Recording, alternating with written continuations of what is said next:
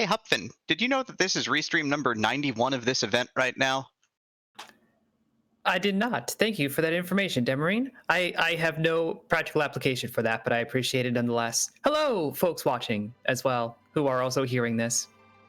Yeah, also, I guess more importantly, hi for Enterprise fans. How's it going today? As such, Hupfin over there. I'm over here, I'm Demarine. We are here to commentate our 91st race of the season at this point in time. Week 5, the Lali-Ho League swings on. Another elimination match in front of us today. Frostbite3030 on your left, goldenhades on your right, and both of these gentlemen are playing for the right to try to get into the brackets next week. How do you feel about this right now? What's on your mind today? On my mind is what are they going to do to like push themselves on this? I feel like a lot of matches this week have been these elimination matches, and you kind of do want to get into the bracket stages. So, do you change up your play a bit to try and increase your odds of that, or do you try to stay the course and hope that your choices are the right ones this time?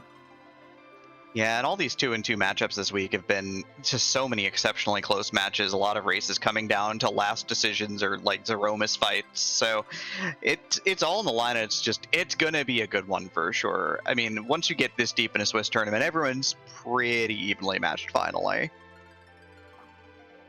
Absolutely, and we're looking at, of course, our standard starting 3 objectives, plus getting Rydia and defeating Kanazo. Don't know how we feel about those, quite honestly. Kanazo can be rude in a lot of spots, or can be a total freebie. And character hunts are kind of a wash. As long as it's not Edge or Fusoya, they can basically be anywhere. Yeah, early Rydia definitely would tilt this to being a quicker seed where maybe you stay on Earth and try and hopefully, nick Kanazo at an early you're kind of on your way. If Rydia doesn't pop up at Mount Hobbs or doesn't pop up in Baron Inn, things start to get more interesting at least. So we'll kind of see how this plays out. The other interesting thing, and of course for the fans, of course, that when you have one character and one boss required, that does increase the chances of the giant being required more than any other possible layout. So we'll see. Yeah, but of course we have to get things actually rolling to see any of that. I mean, we got Rosa. That's good. Rosa's a good start. Absolutely. Guaranteed meaningful white mage power pretty much throughout the entire seed. I don't think that Rosa is going anywhere for anybody. Yeah, unless we find like Fusoya with duplicate Fu and also duplicate Fu, it's unlikely that Rosa leaves this party. Yeah, now whether or not she ends up being a white mage or a really powerful archer, we'll see. But I feel like if you're starting with a Rosa, then that would be a case of, getting one of each, finding that duplicate. Otherwise, lean on her for your healing, unless you have so much power that healing is no longer a concept. Yeah, but she'll transition back and forth pretty neatly based upon the equipment that gets located, whether we get, heroin robes and samurai bows or, silent staves and sorcerer shirts. We shall certainly see at this point.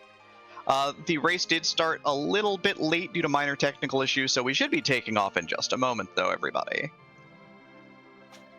Yeah, and before we do, a quick shout out to Smatey, who is handling the restream and those technical details, getting things cleaned up and sorted out, and Plumeria who is handling the tracking for this match, as we are off to the races. You like white mages?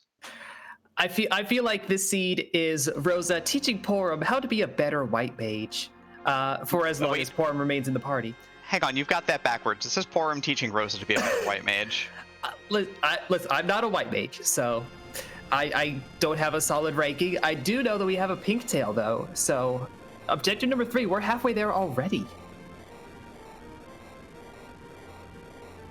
Yeah, it's always a nice start to kind of see one of the 5 key items that are potentially necessary to finish up a seed. Again, kind of leans towards a little bit of a faster seed, but there's still a lot out there to go. I mean, 2 white mages, though. Again, kind of making sure that you do some simple things like take Rosa out of the center spot so that aim doesn't miss. There's actually a technical reason for that. Aim sets Rosa's accuracy to 255%. If you have her in the center, it increases that, but it causes it to overflow, setting your accuracy to 25%. That's really bad. Yeah. And it's a very easy thing to not realize and be very baffled as to what's going on until you start learning about these in-depth, the under-the-hood stuff. Yep. On Frostbite side, there's a couple of power shirts already. 2 power shirts on the front side of the watery pass. There's a Leviathan orb where Golden Hades is looting. We'll see if he goes to the front and grabs those power shirts. They're not useful right this second, but obviously any bruiser in your party, you're going to be very happy with a power shirt, and he is going to loot the front side. So power shirts for everybody today. Hooray! Do I get a power shirt? Do you want a power shirt? You can have a power shirt. I don't think I can handle a power shirt, honestly. I mean, if you're a caster, you're probably not going to be able to wear the power shirt. I think I'm more of a bard, so like I can wear it, but it'll be useless. I say that Edward with a power shirt is actually like approaching damage, so. I like this commentary already.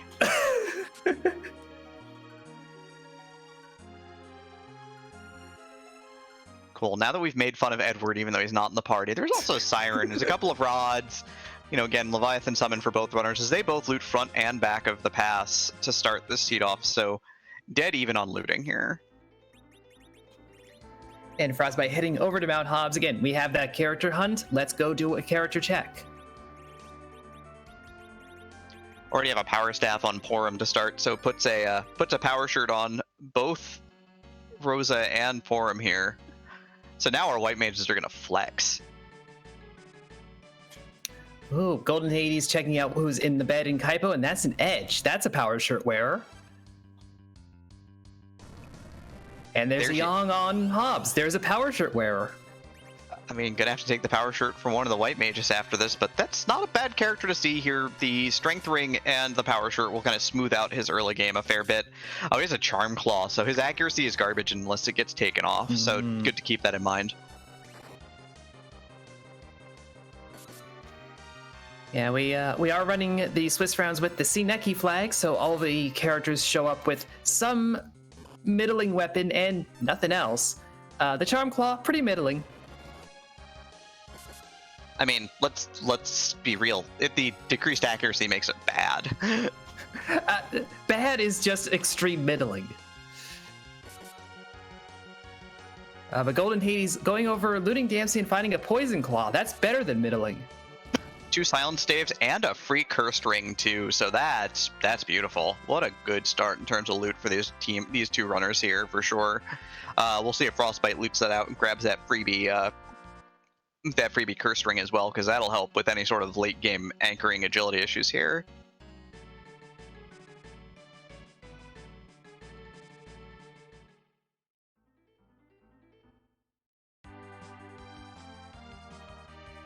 Either way, Frostbite is through that Hobbs fight, defeats Octoman, gets Yang in his party, heading over to take Yang home, I suppose. Going to check out Fabul.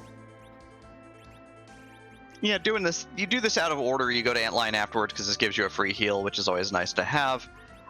So silence staves, wizard hats. We got a lot of gear right now for this particular party setup, which is always nice. Golden Hades doing a little bit of rearranging, putting silence staves on both of his white mages.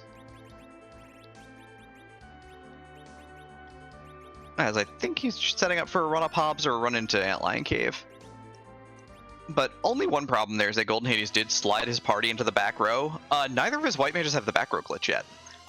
No, both of them started off with staves rather than bows. Rosa usually starts with a bow, so she usually starts back row glitched by default. But not in this case, so we'll be doing less damage from that back row position.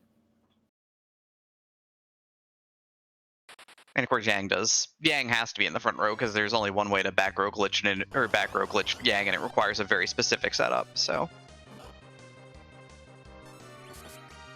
Or if the intent is to throw vampires, because he did buy 4 vampires, then it does not matter what row you're in. Yeah, vampires don't understand the concept of rows. Black mages, am I right? I didn't think Dracula was a black mage. Makes sense.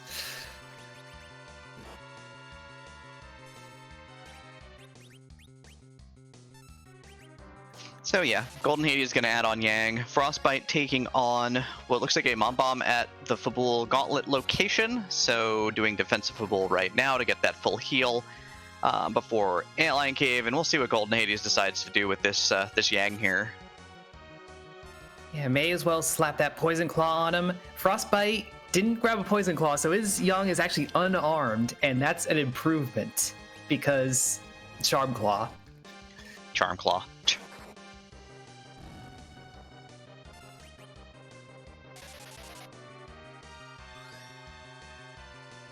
Golden Hades giving us a first look at Antlion Cave, doing what's been a very popular thin loot route in Antlion, 2 on the left, 1 on the way down, and then is actually going to give us the back 3 in the save point, it looks like. So he's going to do the kind of the middle loot route through here. Yeah, not the greatest of gets, but if you're going to come up here and take this save point anyway, you might as well grab that stuff. Also, it located a Poison Claw earlier, which gives you +3 strength on your Yang, which means that this is now a +18 strength Yang, which is kind of nice. Yeah, he can punch. And Frostbite can go underground. That's the magma key from the full defense. Well, no hook route today. Sad times. But we still want that hook. You know, objective number 3, we're halfway there. Let's finish it out. That's true. It does make things. It does mean that the possible half objective hook is out there somewhere, and we haven't located it yet.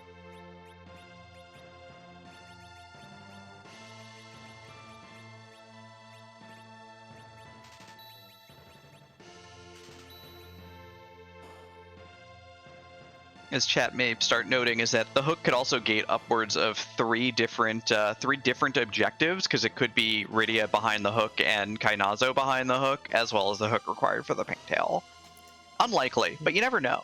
Yeah, that's the thing with this set of objectives. Throughout the entire Swiss rounds, we've had runs where 3-4 objectives are basically all condensed in one spot, or we've had runners, 17 out of 17. In order to complete objectives. Who can say, but only 1,000 hit points worth of leg down here. Rubicon goes down pretty easy for Golden Hades, locating the Baron Key. So that's a character check, which is nice. And, we do have underground access that we know about on Frostbite's side, so it'll be kind of intriguing to see how Frostbite takes this. The Baron Key doesn't really help him right this second, though. No, it's a good number of clears, and if you're hunting down more key items or you need to hunt down Kainazo, okay, that starts to weigh on your mind a little bit. But at the moment, there's plenty of other things to do. There's plenty of free things to do with that magma key. Yeah, and of course on Frostbite's side, there were black belt keys for sale in Silvera, but we have 2 power shirts. So what do we care?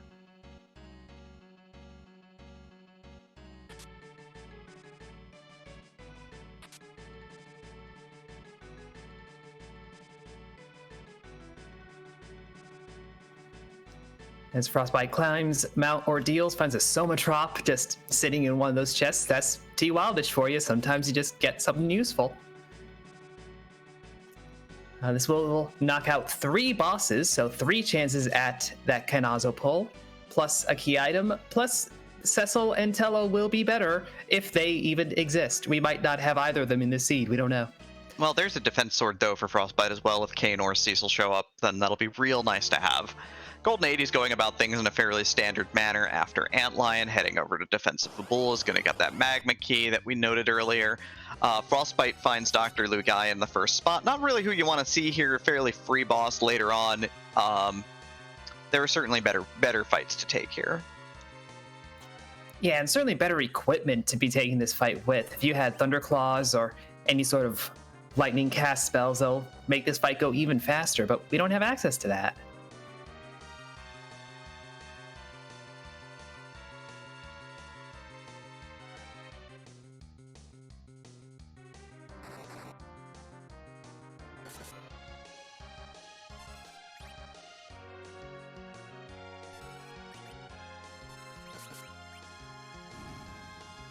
So really, we're just seeing on 2 fights that are just going to take a little bit longer than you really want to see early on. Not for any challenge necessarily, just a little bit more of a slog. Yeah, not a lot that you can do about that, unfortunately, but, you know, you slog your way through and it works out alright, usually. Yeah, Golden Hades picked up some of those Nodus. The Ice 1, 2 cast, I'm not quite sure which one. You know, not terribly powerful here, and certainly not against the red bombs that have really good magic resist. But, you know, you clear 3 of them out, that's 3 less they have to deal with. Yeah, oddly enough, the red bombs have better magic defense and are ice resistant, while the gray bombs are not. So the Nodus actually do wrap up the gray bombs pretty quickly here.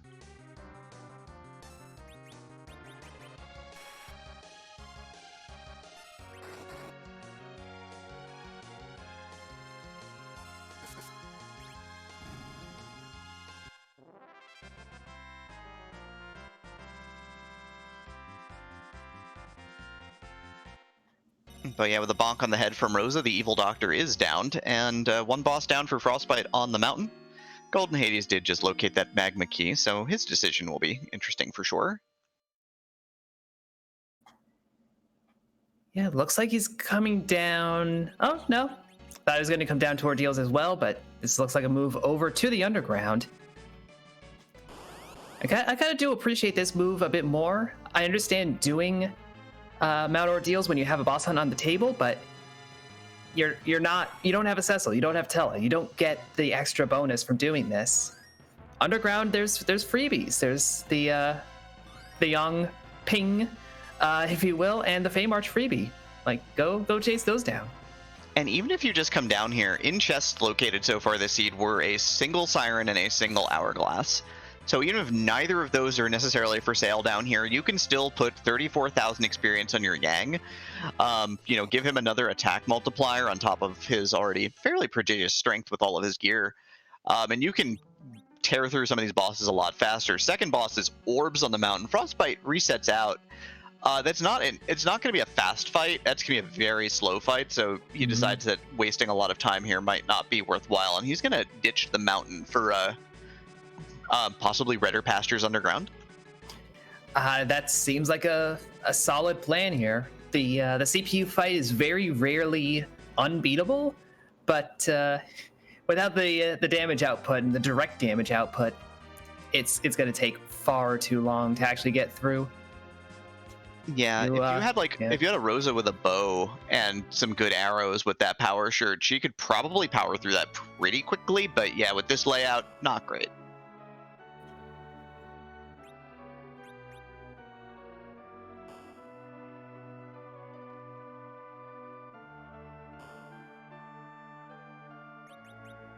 Well, Golden Hades goes and talks to his revenue agent, apparently. I guess decides he needs a bit more money. Yeah, sitting at 600 GP, you need a bit more money. Yeah, I mean, located an Ogre Axe, there was an Earth Hammer in there. So, like cash is not a problem. There's even a Black Belt key, which is not terribly useful here either. So, just ends up selling a bunch of stuff to grab 10 Mute Bells, though.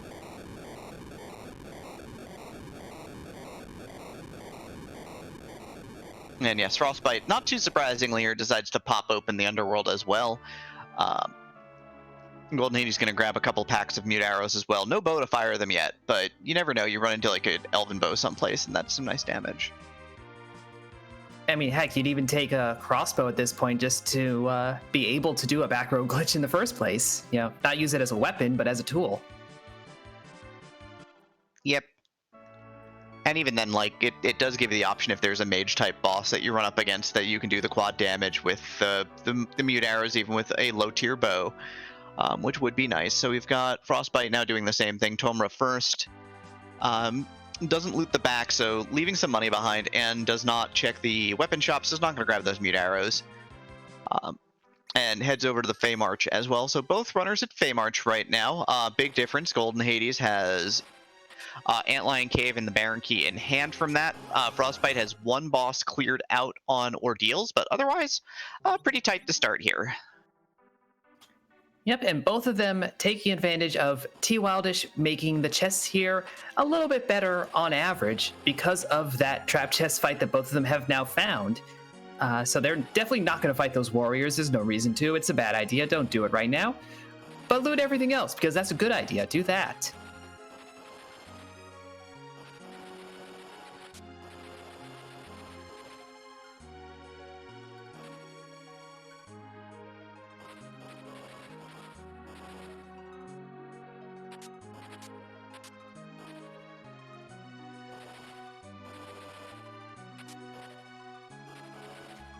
And that's another objective halfway done as we find the Adamant Rock down in the Feymarch freebie. That's always a good find. Again, another nice thing to find. More importantly, there's some sirens down here, so both our runners will have access to sirens for grinding. We'll kind of see how much money they want to ship out here for sirens at this point.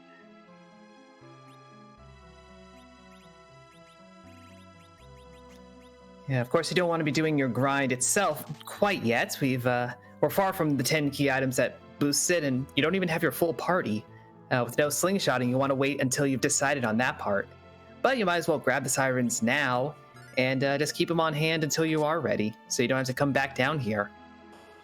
And again, one of the things that you can still do is you can do like some mid-run grinding, right? Pick up half a dozen levels, right? Pick up 7 levels from one siren before you do anything, so that you just have that much more power on your group, right? Get your Berserk, get your Blink, get your Yang up and online with more damage. All of those things can happen. You don't need to do your full grind right this second, but even hitting one egg for 30 seconds could save you minutes in the long run. Meanwhile, both of our runners have gone and checked out the Feymarch bosses. We saw some manner of guards in the Leviathan spot, and we saw Valvulus at the Asura spot. Oh man, I'm looking forward to fighting one of those. Absolutely, only one of those. Exactly one of those.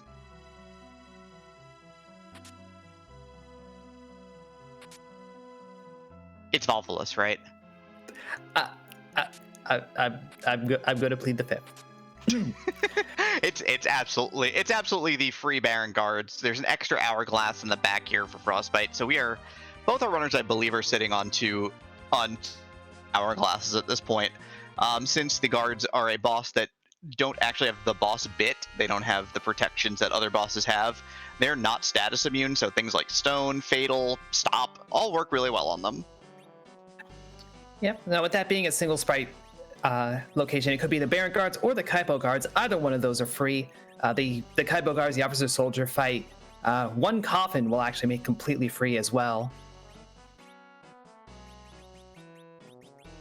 So a lot of options and a lot of opportunities for an easy fight down in the Feymarch once you have the right equipment and once you feel like going back and actually doing it. And no coffins for sale, though. Coffins being an item that let you cast Fatal once as a consumable, but since we don't have any of those, that's a little bit unfortunate. It does sort of slow things down.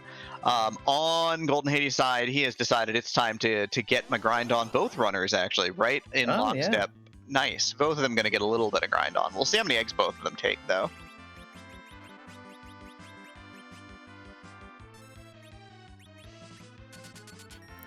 Yep, these eggs do nothing until you hit them, but if you hit them when you've hit an Hourglass 2 first, they're too tired. They're not going to wake up. They want a nap.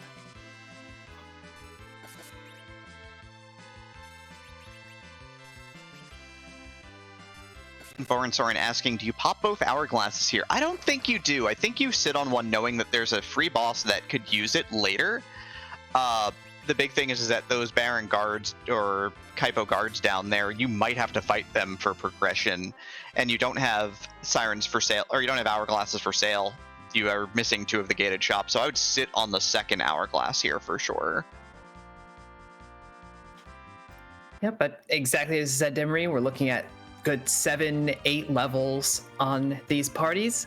That is strong power early game, so Golden Hades immediately heading back up to Baron, probably going to go and tackle the castle itself. Yeah, can do the inn first real quick. We'll see if it's Rydia. We haven't actually seen this character yet either, which is important yet.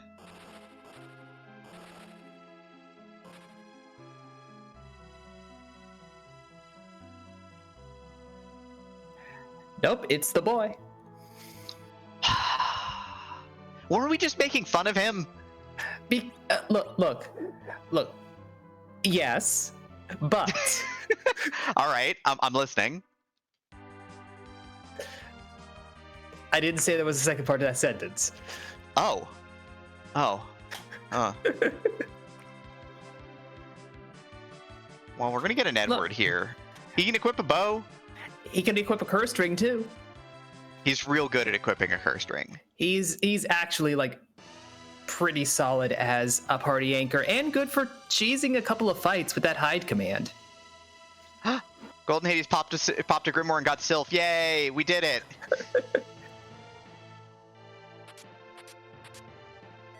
Clearly the best summon in the game. Not the one that Golden Hades wanted, surely, but it doesn't stop it from being the best in the game. Frostbite is coming back up and is doing the Sheila 1 check that I don't believe Golden Hades did. It gets a package for it. You could have Rydia and Kanazo behind that package. That's possible. This is true. Seen a lot of Fusoyas at that package location this event as well, so you never know.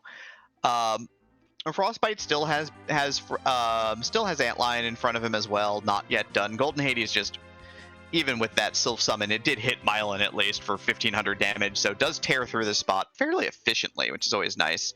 Give us a look, and it's a rat tail, still no hook to turn in both tails, and Frostbite's going to get caught up on Antlion Cave here with all this extra power.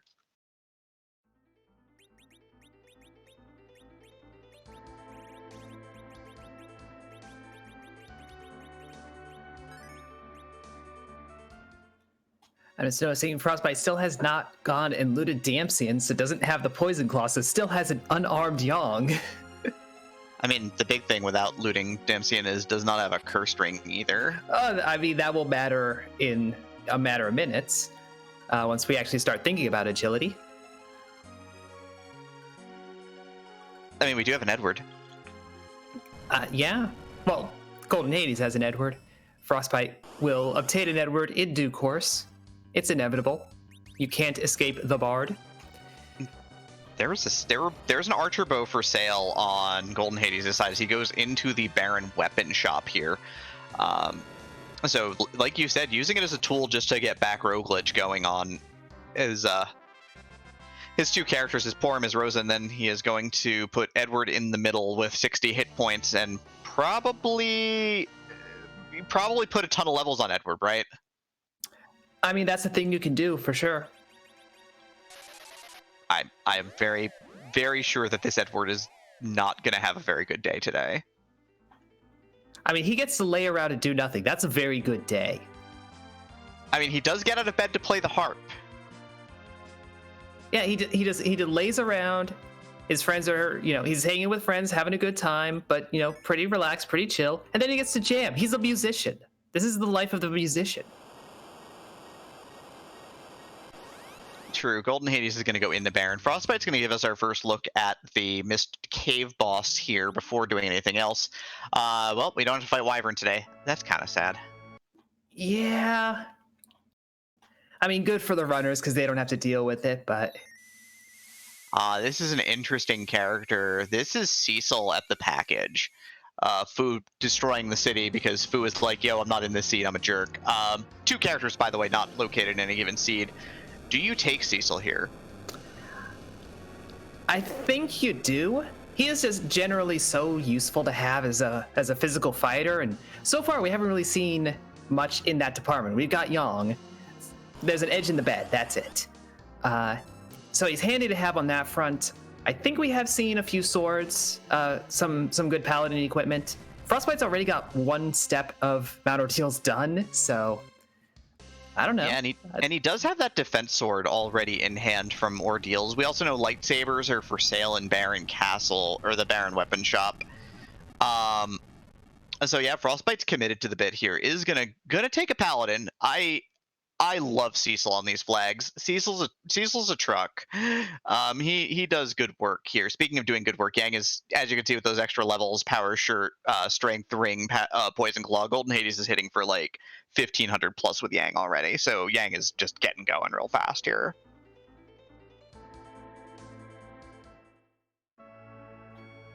Yeah, Yang is he's great. If you get a bunch of levels on him, he becomes really tanky. But you get that good strength multiplying gear on him as well. He gets those extra rolls really early. He's just tearing through early game as well. So I dare say a bit more valuable on the whole than I think some runners give him credit for. Yeah, he's always been one of my least favorite characters to see early on, but like with enough, like with T Wildish and the guaranteed strength ring to start, he really gets off to going. And oh my goodness, what is this? There is a Wow. turtle. There is a turtle at the package. So you get the Cecil, you get objective number 5 for free on the back end of it as well. That's pretty good. I guess we're climbing a mountain too eventually. In a way, this counts as a gamble because doing the package is always a little bit of a gamble. It's a lot of cutscene, a lot of time spent for a character and a boss. We didn't get the character, but we did get a boss. Gamble paid out, I dare say, even though the character was Cecil and you pretty much always take him. Yeah, package was at Sheila 1. Golden Hades skipped the freebie because, of course, it's still early on in the seed enough that, you know, Sheila 1's not going to put you in go mode, so it doesn't matter. You don't need to do it right away. But Frostbite gets super rewarded for wanting to use that defense sword potentially here. They're going to see the edge in the bed.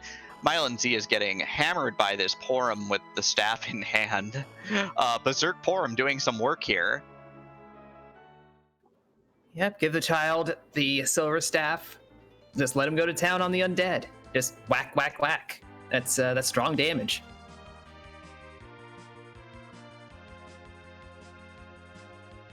And that's Iridia.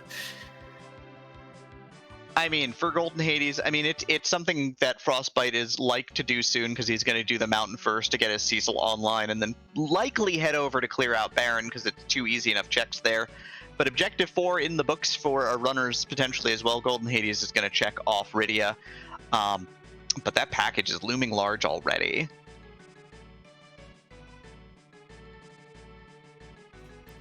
Yeah, honestly, unless we're looking at, say, a hardwired Twin Harp holding the hook or the Legend Sword, that package may end up being a deal breaker or deal maker, I suppose. I mean, it is a troublesome thing for one thing, and Firebird Lover did mention this is a bad Rydia spot for Golden Hades, because when Golden Hades gets the package and sees that there is a Cecil there, he did just get a second half of Forge. He did just get a Legend Sword, so that's 2 objectives down now for Golden Hades once he goes and Forges. Does he take Cecil to use the Excalibur? Because if he does, he's fine. If he says, I've already got Rydia, I've already got the character I needed, and I'm fairly happy with my party, let's say he gets an Earth Crystal from his next check. You know, goes to a Dwarf Castle and gets an Earth Crystal. This could get problematic real quick for him. Oh, absolutely. I sure hope Golden Hades saved before coming down here to the Odin Throne and seeing the Dark Elf. He sure did. Okay, good.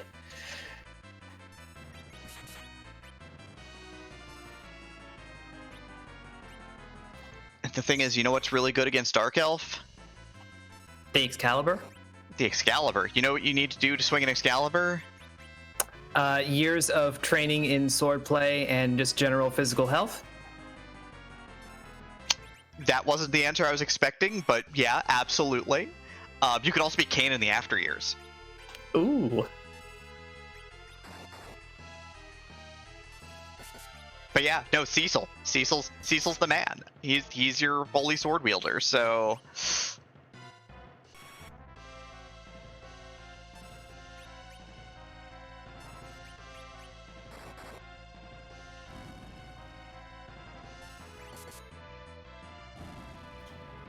But Golden Hades looking at this party and deciding I need a few more levels on specific people, and considering how vertical Edward remains, one of those specific people might be him.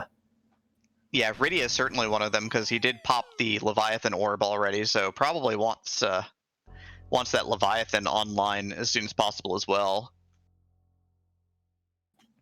Yeah, but his taking this fight direct, no hourglass, no cheeky strategies, just gonna fight a yellow dragon with this party at these levels. It seems to be going fine, except for Porum. Porum's kind of dead, but, you know. Yeah, Porum's having a time, but everyone else is having some XP. Frostbite does mop up the orbs fairly quickly with this party comp with the extra levels and finds the key to the sealed cave, Luca key here at the top of Mount Ordeals. Boss located is going to be Dark Imp, so this is a fairly free boss off of the table.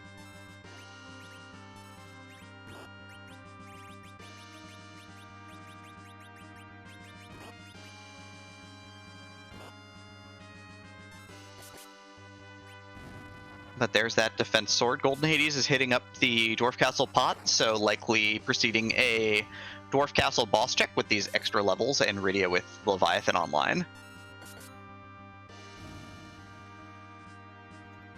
Yeah, I mean, it's no Bahamut, but Leviathan makes a lot of fights a lot faster.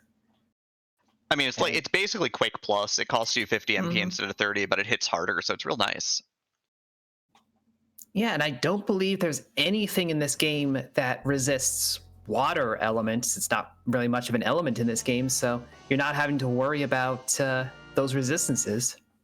Yeah, there are only 3 elements ultimately in Final Fantasy IV: Fire, Ice, and Lightning. Leviathan does non-elemental damage. But yeah, that's kind of how that works out. So first boss, Lunar Spark, but we in the booth know it's not Wyvern, so Golden Hades has nothing to worry about here in terms of getting blowed up. D-Lunars will counteract. They will counteract any usage of summons with Remedy, healing them for 10% of their maximum health. But Leviathan's pretty great. Yeah, and they will not bother to counter spells, clearly. They will counter physical attacks by casting a wall and then just bouncing viruses, so you kind of want to not do that in a lot of spots, as that could be quite rude.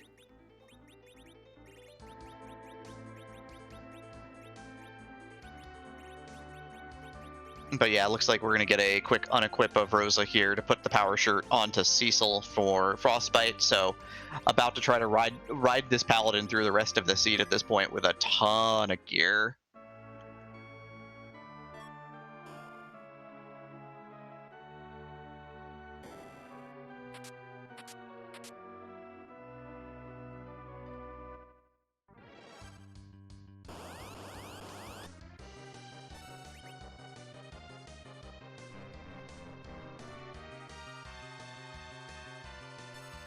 But yeah, working through this fight right now. Using some direct cure juice because D-Lunars are undead. Here comes the Leviathan. We have what, +10, +13 wisdom with the Rune Ring. Should be enough to kill here. Yeah, easy enough. There we go. I mean, this spot does have a decent amount of HP, pulling in both the Cal and the Brenna and the Cal Brenna, pulling in all of that in one form. So Golden Hades is going to expand his party selection options here. One character from Dwarf Castle about to join the party, and it is an engineer. I mean, you have 17 different axes at this point. I know I've seen a couple of ogre axes. There was an earth hammer. I don't know which Golden Hades kept and which he didn't, but he's going to take Sid over Edward because, yeah, that makes perfect sense. I don't know, when you know you're facing the wall. I mean, they have a party who can handle this, and especially in the Golbez spot, but like I was saying earlier, Edward can cheese a few bosses, and Evil Wall is one of those. He can just hide and sacrifice the rest of the party, and you'll win that fight. Yeah, I mean, I was just going to make a comment about, how, possibly having an engineer might be a better option overall, but either way, is going to go ahead and work through Evil Wall pretty quickly. It's only got a little bit over 2,000 health at the spot, so it's pretty darn straightforward.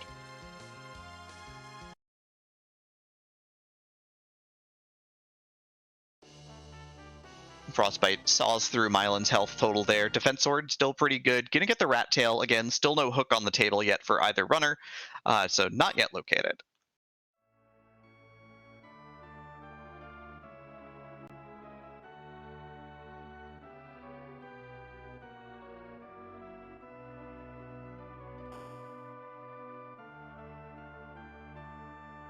Oh, Golden Hades finds a silver gauntlet.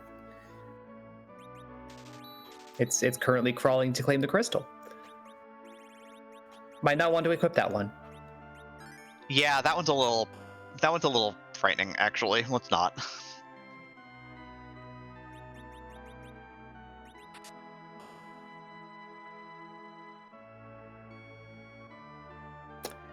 Just picking up a Dragoon Spear for completing the Dwarf Castle checks. Kane not yet appearing in this seed. Frostbite does find a Tiara for sale, Cat Claw for sale. Does not sell a bunch of inventory to grab either of those really high big ticket items. Cat Claws are +5 strength for Yang and 99% accuracy. Tiaras that give one's a you little- 15 points to your black frightening, magic actually. casting stat, Let's but not. also just give an immense amount of magic defense and good physical defense to your female characters. So even, let's see, we got Rydia, we got Porum, and we got Rosa, and yeah, I mean, you know, one tiara for each of them is pretty cool.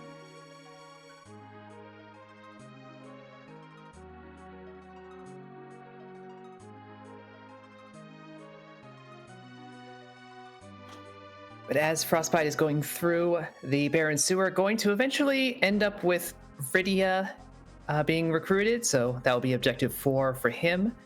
Golden Hades forging that Legend Sword with the Adamant, getting objective 2 on the board. Yeah, also going to check the Kokol shop here, which can have some very high tier gear potentially as well. So we'll sort of see how that ends up playing out. Ends up selling off the other 2 summons, Crystal Shield, Earth Hammer, a couple of Archer, but like we got a ton of stuff that we can convert into some possible very high tier gear for this party. Ribbon Helmet's Life Staff for your White Mages, Zeus Gauntlet for your Brawlers, 10 Strength and 10 Vitality. I mean, that's all good. A lot of good stuff here. Yeah, that's a solid. You take that.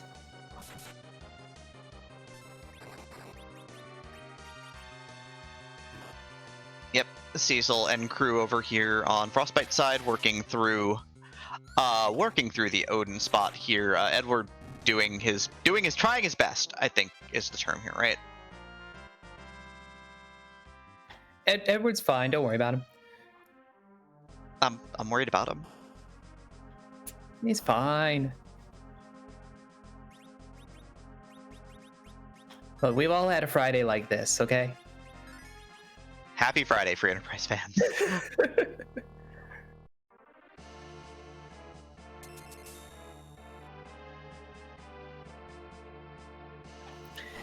Well, it's like Golden Hades is going to finally do that Sheila 1 check, get that package, and probably not do much of anything with it. Unfortunately, his party is looking kind of settled, or at least close enough to that Cecil might or might not come into play.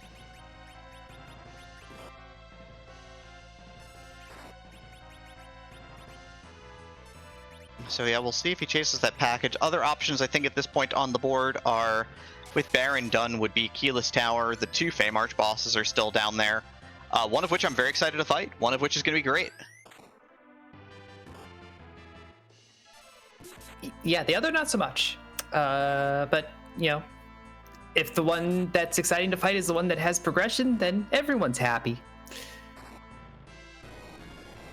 Golden Hades does also have to do right the mountain here for what would be the Luca key.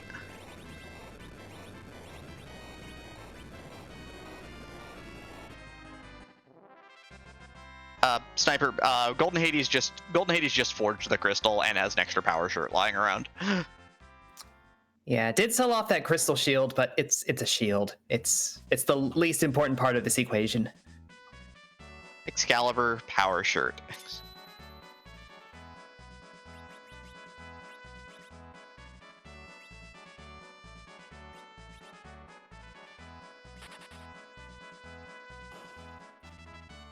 Frostbite is having a moment, decides to ditch Porum for Rydia, deciding that Rosa is enough of a white mage for his purposes. I mean, a legitimate decision, certainly. It's been keeping Edward dead for anchoring purposes as well, so should be fine on that front. Golden Hades is going to give us that climb up the mountain here as well. Dr. Luggage, Orbs, and Dark Imps on the docket this fine afternoon for him. Doing some gear rearranging here as well. Not too terribly afraid of whatever's up here at this point in time, because his party is pretty well leveled now for the mountain at nearing level 30 on the group here.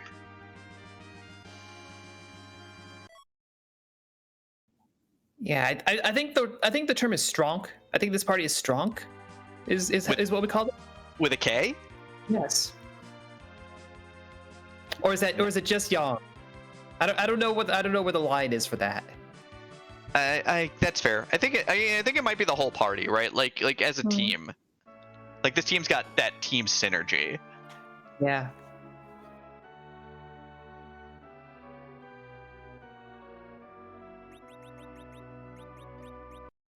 Maybe I could petition board to change the power command to flex instead.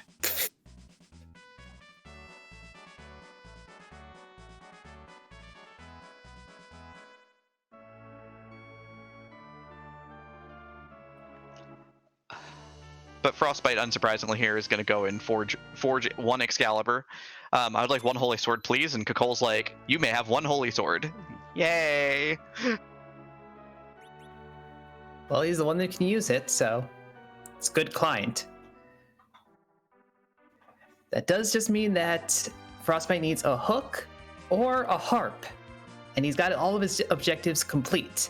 Will not be in go mode because we still haven't seen a way to Zeromus, but that will at least clear the objectives part of the seed.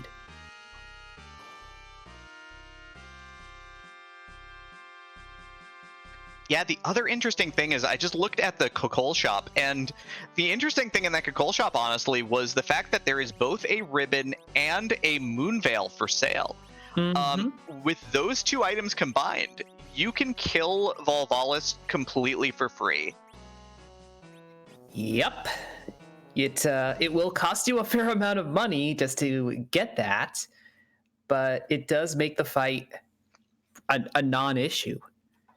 What it ends up doing for anybody who does not know the game, quite as well, which is, understandable. That's basically me just going, oh god, wait, my brain is like, I'm trying to rack my brain for this one weird corner case. But Ribbon gives you immunity to the Petrify effect from Volvalis. And Moonveil gives you the barrier status, which makes you completely immune to physical attacks. So if you can't get turned to stone and you can't get punched, you'll get weak down to between 1 and 9 hit points, but then you'll never die.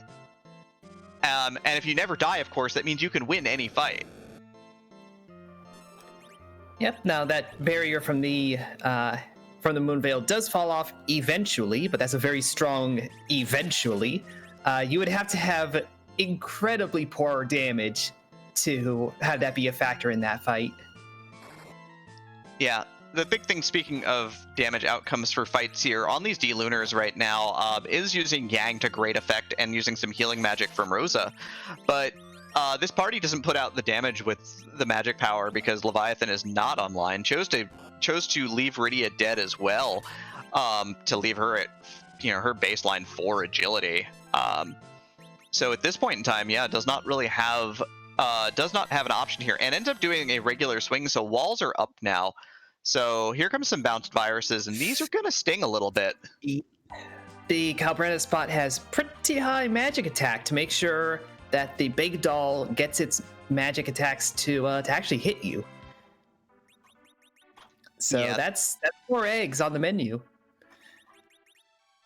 Yep, it's an interesting property of any spot that does a status effect. So primarily you see this at Dwarf Castle, you see it at the second spot in Zot.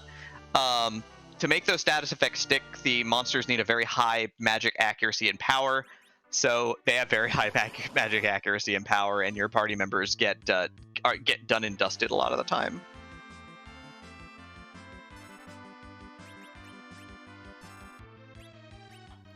So yeah, we did see Frostbite pick that Rydia up, teach her Leviathan, get a few levels so that she actually has the MP to cast the thing, and should be good to go. I'm a little surprised that Yang came in 1737, just not enough to one-shot the egg. But yeah, it's going to put a ton of levels on. Cure 3 is online for Rosa, as well as Rydia now being able to use that Leviathan with these 19 levels. Edward, still face down. He doesn't like scrambled eggs. That's valid. Yeah. I mean, put together some nice French toast, and he's all for it. But Hey, everyone's got their thing, right? Golden Hades is in the sealed cave. However, we're doing this check now. So going to give us a look at what's in the back in terms of an item. We know the boss is not Kainazo. What we don't know is if this boss is demissed or not. Oh yeah, that remains a wild card out there.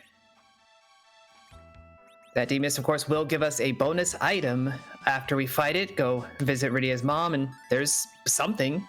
Could easily be a key item. Could be some decent loot. Could be some lousy loot as well. But we're hoping for a key item if we do run into demissed. Yeah, Frostbite's going to tear through Dwarf Castle here, trying to get caught up basically on Jex here. Did give up that time to get that package, and that slow ordeals wipe out and walk back from the start of the race, but is kind of catching up. Golden Hades finds probably the scoop of vanilla he wanted the most this seed, however. That is the Black Rock sitting here at the bottom of Sealed Cave. Yeah, so you absolutely unequivocally walk that out and find the D-Mist.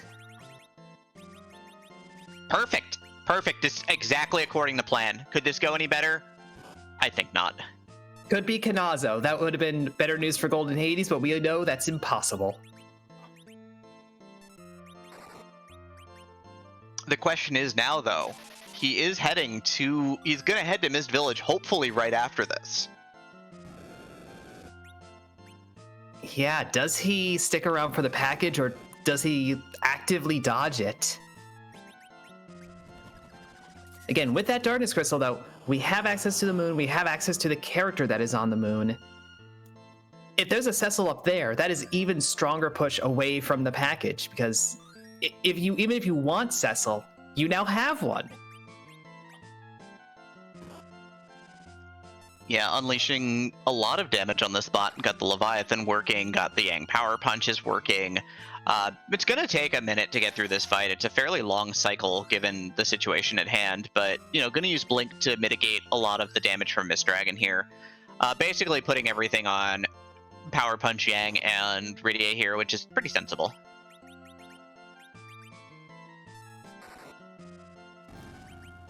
Yeah, meanwhile, Frostbite kind of doing the same. To avoid setting off that script on the D-Lunars, does get one knocked down, and that Rydia is casting to clean up the second if need be. Yeah, there's also an Excalibur swing lined up as well, but the Leviathan's going to pop first here, and that should take care of this spot for Frostbite. Golden Hades again, we're going through another cycle. All the casters are now blinked up and well protected, which is what you want to see.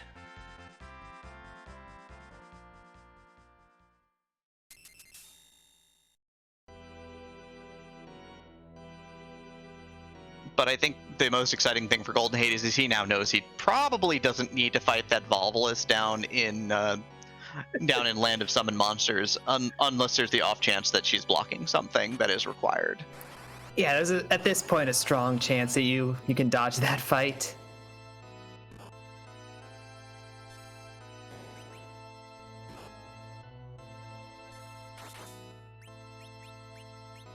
Frostbite upgrading the Edward anchor into a Sid anchor, and is using Cecil to full effect here to tear up the wall in probably 2 swings.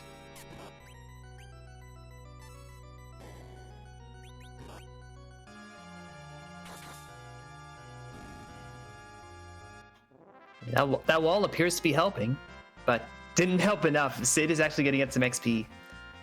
Yeah, if we have a Curse Ring in the Dwarf Axe, though, you could take Sid really far in levels, and it doesn't honestly matter, because the minus 20 agility is just so much.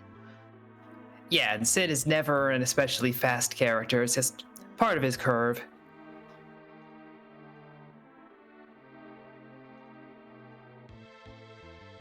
Yeah, it's nice when you don't need to concern yourself with your anchor's levels, and you can kind of just use them as an extra soak. Like, Sid can take a few punches as a bonus now over an Edward anchor, which is actually honestly kind of nice.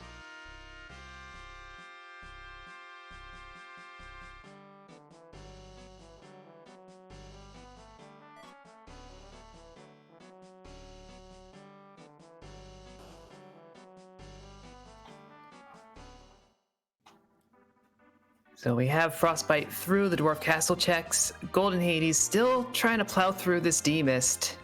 A fair amount of health and a decent speed, given the evil wall spot. So it's getting through its 3-punch mist cycle pretty quickly.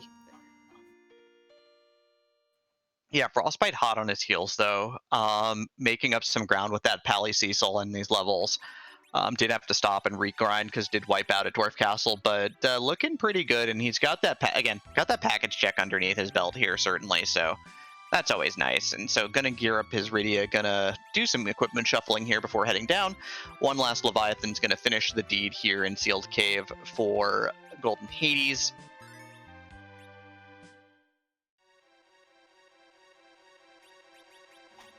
Yep, so our two runners are going to high five through the cave. Golden Hades heading out as Frostbite is diving in. Again, this is the big moment of the seed, interestingly enough, for Golden Hades, though, right? Again, we know Kainazo's behind the package. We also know that Golden Hades is about to be at Mist Village to turn in Mist Dragon. Does he check the package? Is Paladin Cecil going to be a big enough of a draw to get him back in the lead going up to the moon, possibly saving his day? Or is he going to be in possible danger in this race if a hook pops out for Frostbite early on the moon and gives him go mode?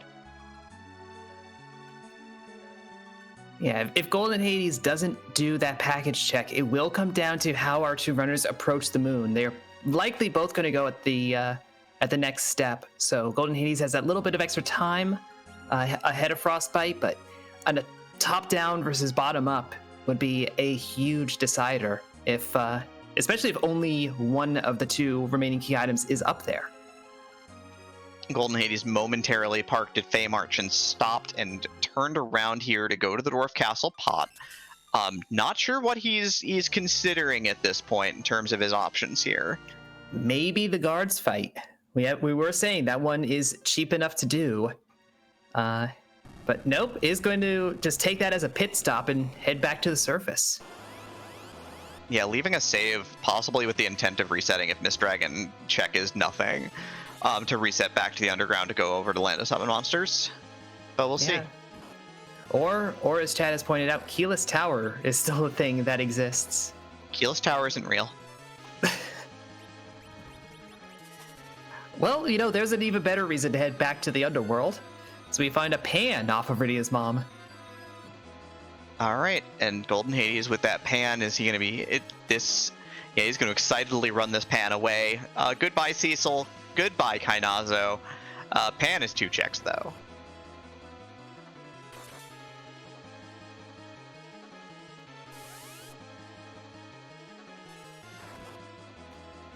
A little bit of a decision. Do you do the guards first, or do you do the pan first? Golden Hades going to do the guards first.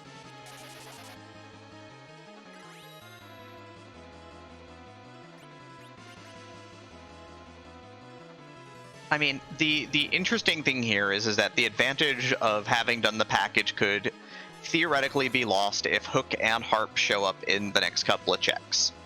On the flip side of the coin, does that really matter? Right, because if it's Hook and Harp, then Frostbite gets to choose which one he wants to do to finish the seed. It'll be Hook. It won't be Harp. Absolutely. Because that's saving yourself 3.5 minutes, which is 3.5 minutes that you could use to do something else, like check package or kill eggs.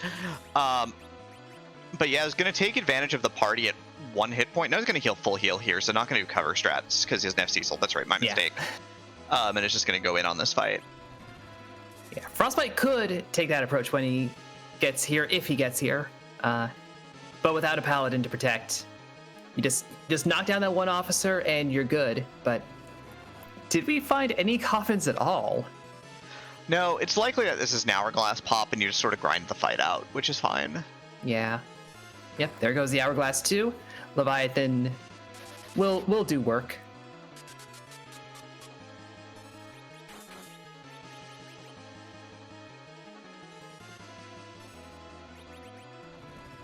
Yeah, it's going to directly attack the officer and try and get looking probably for a life glitch here for bonus experience as well.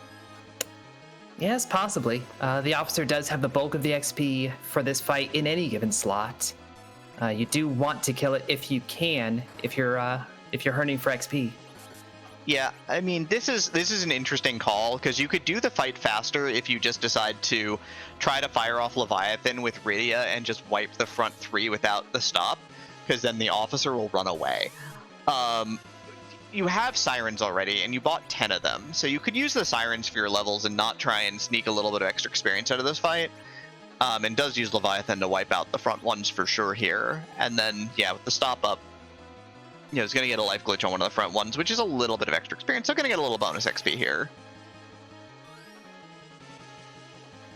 Yeah, now it's just grind down a single target until you're done. But the officer gets the bulk of the XP, also gets the bulk of the HP. I mean, Berserk Yang is doing work here right now. Frostbite3030 finds herself out of MP at this point. Doesn't quite have the levels that goldenhades did.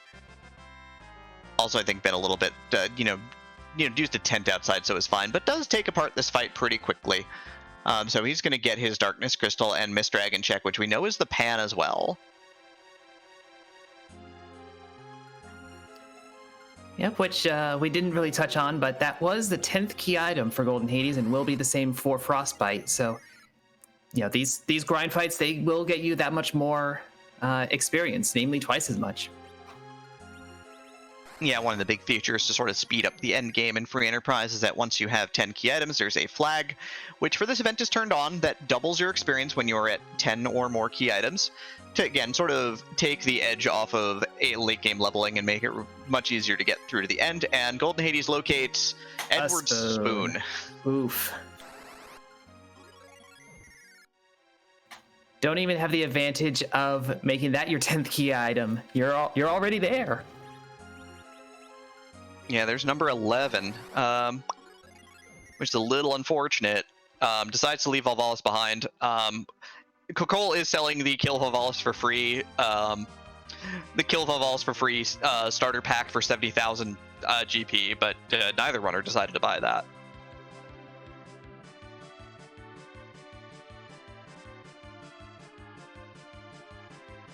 Yeah, Frostbite, no hesitance going back to Mist Village here. Gonna go ahead and get his pan and keep on going. What's the Kill Volvalis for free starter pack? You can buy 1 Moonveil for 20k and 1 Ribbon for 50k, making you immune to instant death, or immune to gradual petrify, immune to getting punched in the face. Yeah, and immune to instant death for that matter. And immune to instant death, not that Volvalis uses instant death though. That was an Earth Crystal coming from the first pan check. Yeah, I mean, Earth Crystal probably keeps us on the Earth a little bit longer, even with the Darkness Crystal in hand for both our runners. Yeah, I think it's more likely for Golden Hades, since he also has the Kanazo Hunt. Frostbite is just looking for 1 of 2 key items, and Earth Crystal, you're going up, climbing the whole dungeon, fighting 2 bosses for a single item check. You might almost be tempted to try and start checking moon bosses and hope for more efficiency that way. Yeah, and we know Frostbite under no circumstances likely to just stay on Earth here. No circumstances probably sending him to the moon at this point in time. But Golden Hades gets a light sword from the Sheila 2 check. Would be wonderful for that paladin he doesn't have. Yeah, so blanks out on that. Earth Crystal still is our 1 Earth check here. And then there's the moon. Hey, Hupfin. Yeah. We should go to the moon. We could go to the moon. We could. Yeah. What is to be found on the moon? Up on the moon, there are 6 different key item locations with 6 different bosses and 7 total possible key items on the moon. In exchange, you have to get through some of the hardest hitting, toughest bosses in the game potentially. They're there to ruin your evening potentially, but the reward is great. The experience is fantastic. It's a pretty good vacation overall.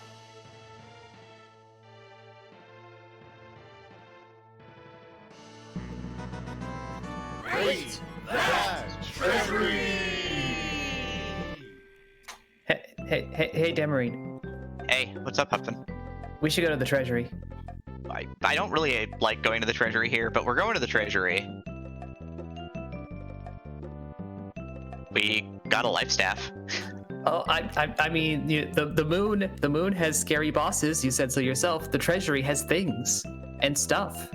I mean, people like things and stuff. I'm a fan of things.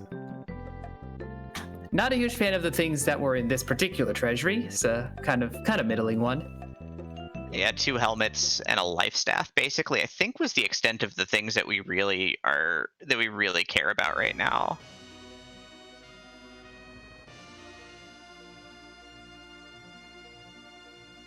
Solid 3.5 out of 10.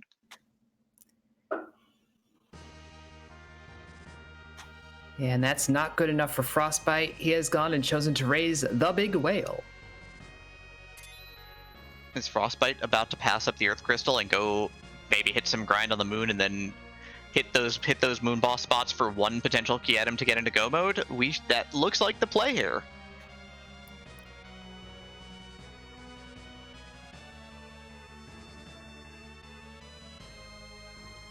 Skipping Keyless Tower, laying off on Earth Crystal. Frostbite is up here on the Gray Planet.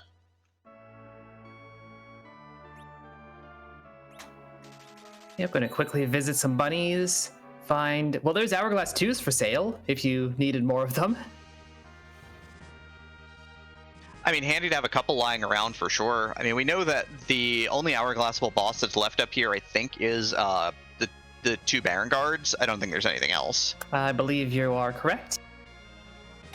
There are some like free bosses remaining. We haven't seen Eblin Royalty, we haven't seen Water Hag, but they're not ones that you can or want to use an Hourglass on. Yeah, grind options though. You can grind Warlocks or Gold Dragons with Hourglasses for free. Just lock them down, and then you can do whatever you see fit to remove them from the combat equation. Frostbite is in Cave Bahamut. You can summon Gold Dragons on the bottom floor, and look at the boss before you decide what you want to do here.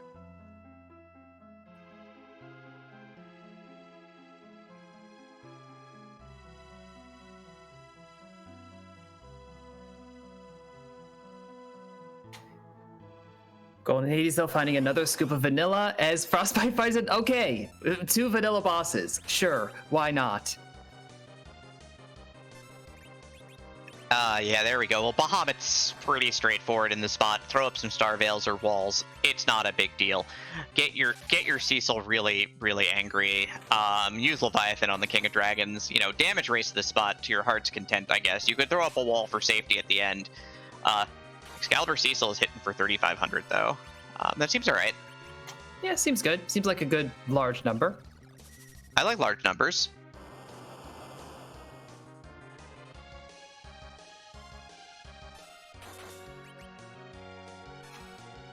Well, there's another edge. So there's one of our 3 duplicates.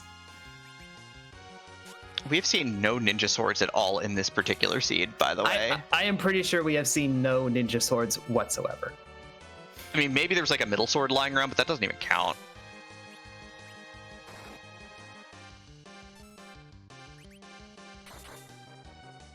Well, there's a Dragoon. We have a spear named after him. The Cane Spear? Yes, exactly. Cool, we can equip the Cane Spear here. Yeah, it goes great with that Able Lance. Reflected Mecha Nuke finishes off Bahamut. 2 fighters down, not a big deal because again, fighters don't need as many levels to get up to the top of their curve. So Frostbite's going to pick off this free boss on the moon, and the item from Cave Bahamut is... a Lit Bolt! Hooray! Reset. Not even going to keep the experience points. Not even worth the effort. Going to go into the Lunar Subterrane now.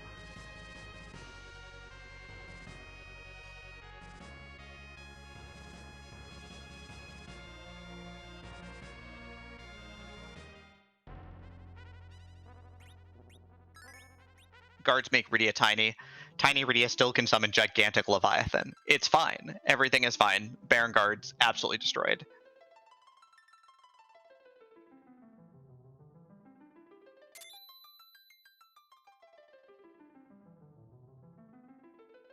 Frostbite, Moon character, just Yang, probably passes here. I mean, I would at this point. We've got the party pretty well settled. We've already got our Punch Mage. We don't need more punch. We especially don't need that Charm Claw.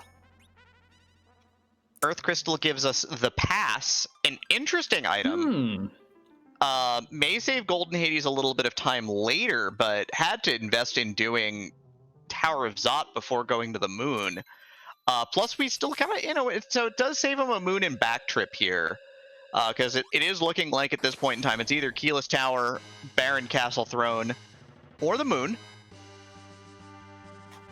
Yeah, and the moon is a far denser location, so I don't know. I kind of like Frostbite's move here a bit more, but I understand Golden Hades trying to fade the entire lunar surface. Yeah, I mean, also he does not have. He also has yet to have located a Kainatsu, and we know where that is. So Kainatsu is hiding behind the package. Yep, hiding behind the Cecil at that package, no less. Yo, you want to do Fabul Gauntlet? No. Good, you and Frostbite agree on that. It's Fabul Gauntlet at the Murasame altar. On the one hand, big pile of experience points, immense experience points. On the other hand, time, but experience points. Yeah, I absolutely would have done it 100% there. But that is a matter of personal preference for sure. Like, yeah, that is a sharp decision either way. This is where, I am definitely not a racer, and certainly not at the caliber of the folks that we are seeing across the Lali-Ho League. So I look at that and I'm like, I'll do that last after I've done everything else on the moon, because of course I'm going to end up doing everything else on the moon. The thing that I need is that Valvolus. I mean, the thing is, both items would only be at Valvolus if Hook was behind Harp at Valvolus. So. Well, of course, or vice versa. Yeah, right, because it would be behind Rat Tail. So it could be the either way as well. But rather than chancing that either way here, Golden Hades is working through this. Did not take the cane for the Dragoon Spear here. Is going to stick with this particular party composition. Frostbite is going to do now going to do the chalk play here and head straight to the Ribbon Altar for the double check probably, or do fast White Spear Altar, because White Spear Altar is pretty low on health because of the Plague Fight. Yeah, either way, these two doors are your usual starting point for a bottom-up strat, and then after those, you debate the Ogopogo spot. We at least know we won't have the Gauntlet there. We have the Evelyn Royalty in the Ribbon Room, so that's free. Everyone loves freebies. Don't even have to do anything. Put your controller down, refresh your drink, take a minute to relax. You did good. You earned a break. Basically, the King and Queen Evelyn will go and cast some Fire 2s and Fire 1s that do basically 0 damage, and then they'll go ahead and go grab some after-dinner drinks together.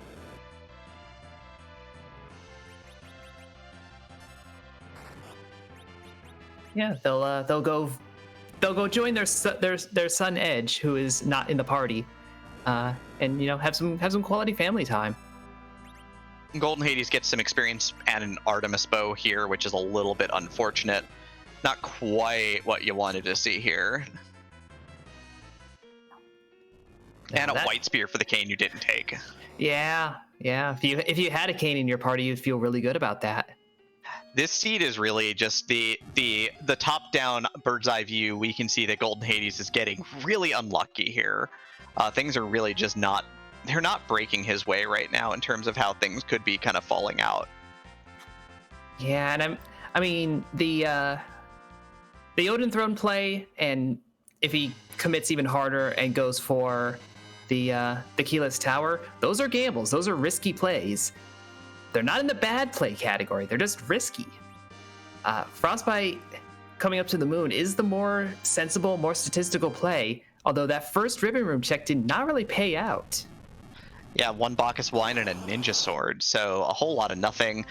Golden Hades got a Murasame down in Baron, but, also, just nothing coming together right now in terms of last key items here.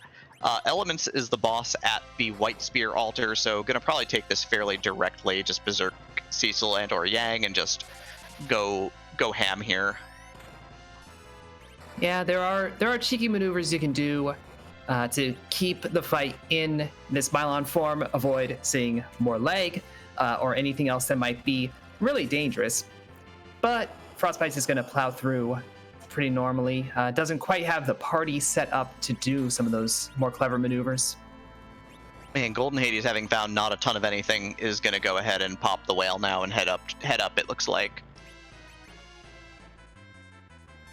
Yeah, so honestly, Golden Hades, if he comes up here, commits to that alt gauntlet, and that's our route, that'll help him out big time. I mean, it'd have to be the whole darn party, though. It'd have to be both necessary key items here.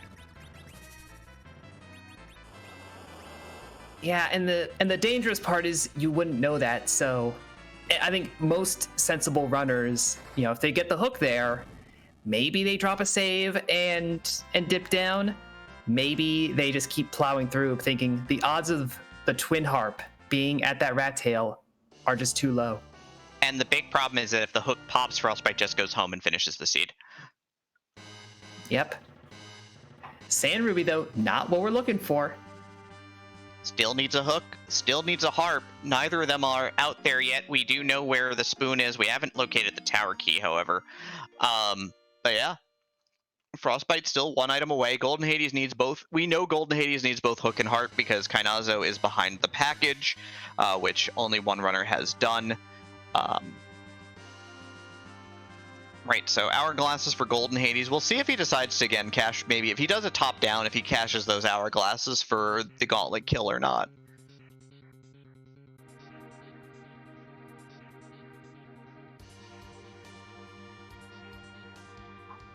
Meanwhile, Frostbite is through half of these moon bosses, coming down to the Ogopogo spot. See what will threaten him here. That's actually could be threatening. Yeah. Yeah, without any grind, this is going to be fairly hard hitting. Cecil taking about 1,000 damage a swing. Rosa is going to start blinking up the physical fighters here. Rydia with Leviathan is an absolute boon in this particular situation, though, because Leviathan hits hard and doesn't net counters.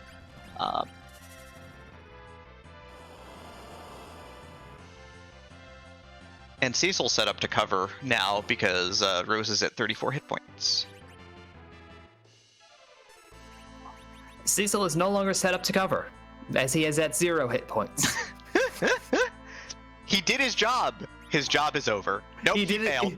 He did his job once. He didn't do his job well enough, and now everybody is dead. And Lion claims some victims. The task of a bodyguard is to guard the body as many times as necessary, not just once.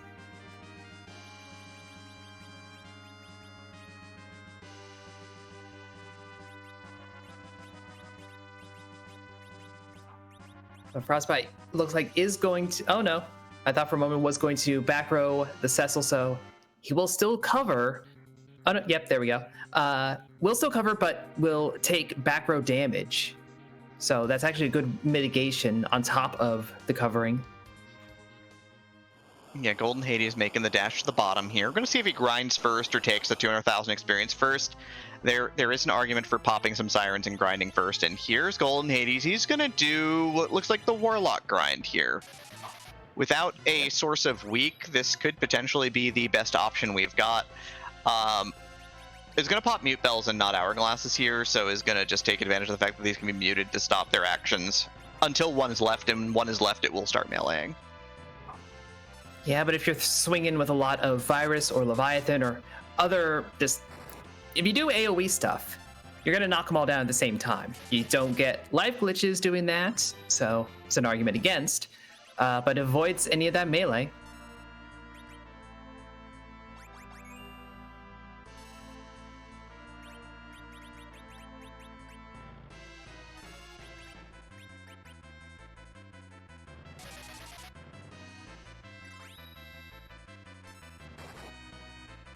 But yeah, big pile of blinks going out for Frostbite here in this particular spot. Charmclaw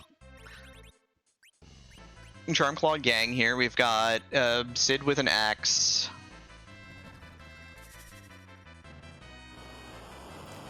And doing the classic Excalibur usage to make sure that Cecil does not drop guard. If you attack Antlion directly, it will do a counter that is magic and not coverable. If you parry, you stop guarding. So using the Excalibur as an item, that's a good plan B. Yep, could also cast Cure 2 or throw items, or betray your Sid in cold blood. Terrible, terrible person. And keeping his anchor in anchor state, basically, trying to keep Sid's agility low.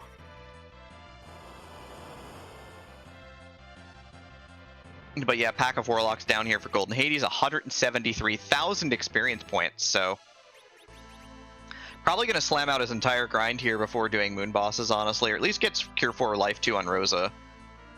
So going to get a little caught up on experience here.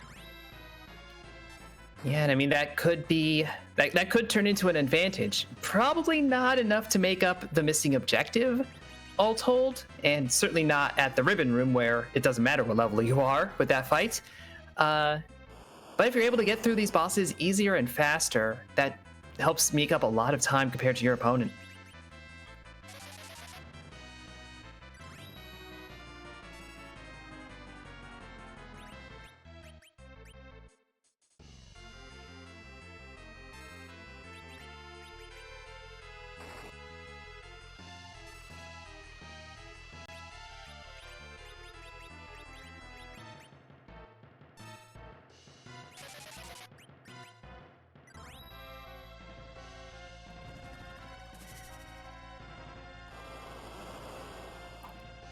So yeah, we can just keep seeing how much time this Antlion at Ogopogo is going to take.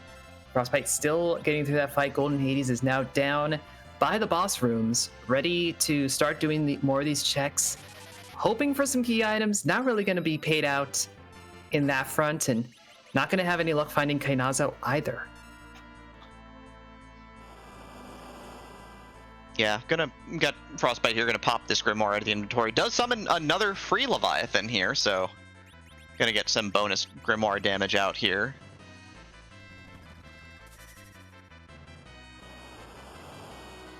Frostbite with a very slow and steady strategy here, instead of maybe zerking Cecil and trying to go ham. Instead, take this very carefully. The fight's taking a while, but this is a very safe, clean way to do the fight without having to concern yourself with wiping out.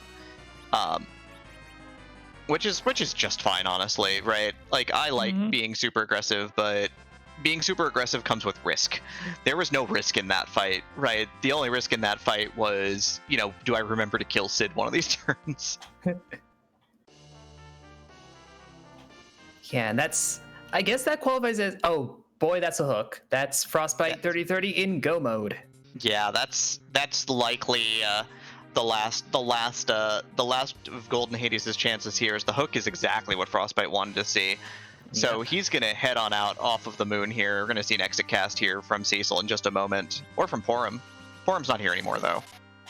Nope, and Rosa only learns exit if you do the Tower of Zot. You didn't do the Tower of Zot. Good on you for this seed, but you didn't do it.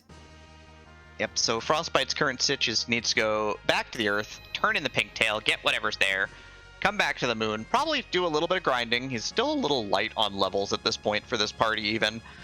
Just to make sure Cecil's up in the mid to upper 40s for safety's sake, and then you make sure your Rosa's got 2,000 hit points, so you don't have to worry about fluffing a big bang and losing your party. Yeah, and then just you're done, right? That's kind of the idea. You go back to the moon, and it's all over. Like, Golden Hades is going to pick up 200,000 experience points, which he's going to be very happy with. A Bacchus Wine and a Ninja Sword, a little less so.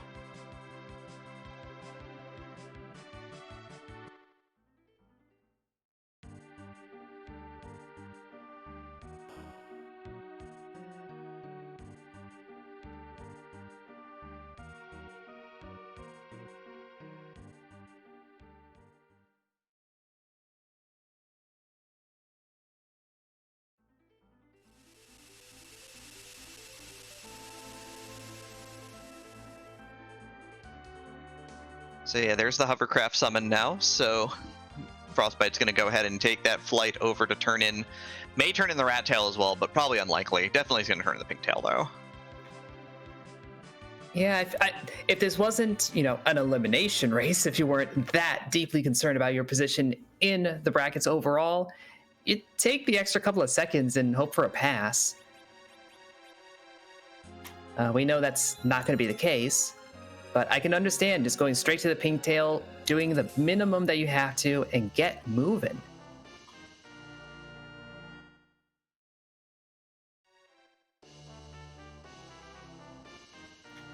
It's 1 hour, 21 minutes. Frostbite3030 gets the Crystal and the Bahamut summoned. I mean, that's nice because we have Rydia. That's not nice because you don't usually use summons against Zeromus. We don't do that.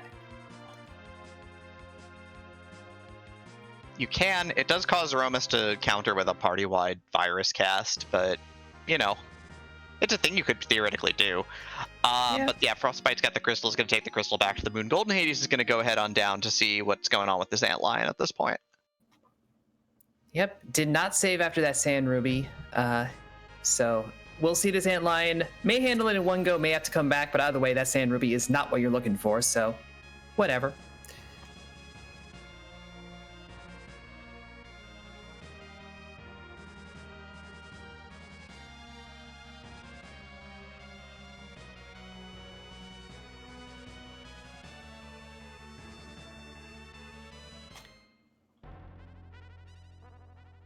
Say I can use Rydia Quake here along with Yang Power Punches.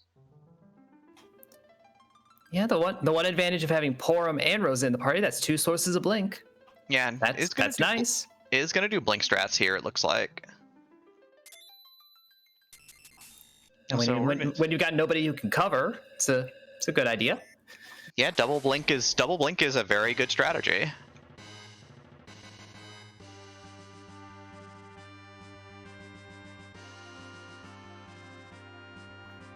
Anyway, as Frostbite3030 is walking down the lunar subterrane, I do believe it is our contractual obligation as commentators to pontificate on the nature of Zeromus. Hey, we don't know that. Frostbite might grind first. This is true. That's a lot of time. It would be a very long pontification.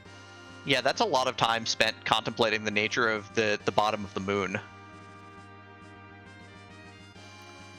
All right, let's at least save it until he's in like the crystalline area. Yeah, we'll save it for if he pops sirens or not.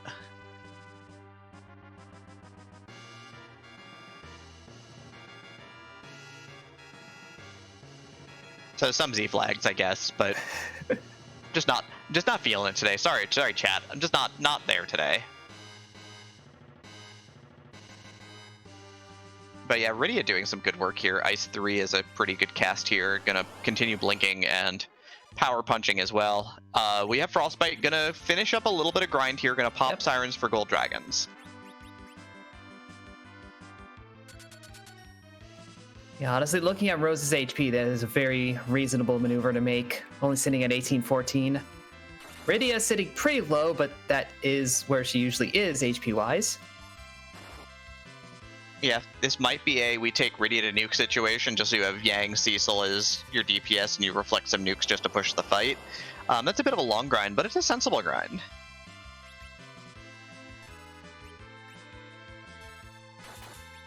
Yeah, but again, this is an elimination match for these two runners. So you're thinking, you know, how much grind am I comfortable doing so I can get through this fight? Ideally, you pull it off first time. You don't want to take a wipe. That's a big time loss.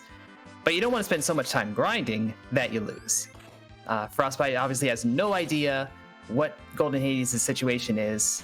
Probably expecting a dot done nervously, like at any time. Yeah, hook for goldenhades here.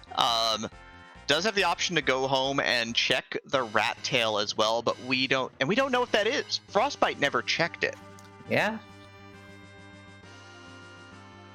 Frostbite's gonna take what looks like one fight, and now we can get down to the pondering. So, hey, Hupfin, are you pondering what I'm pondering? Possibly Demery, but I haven't seen Pinky in the Brain in so long that I don't have a way to finish this joke.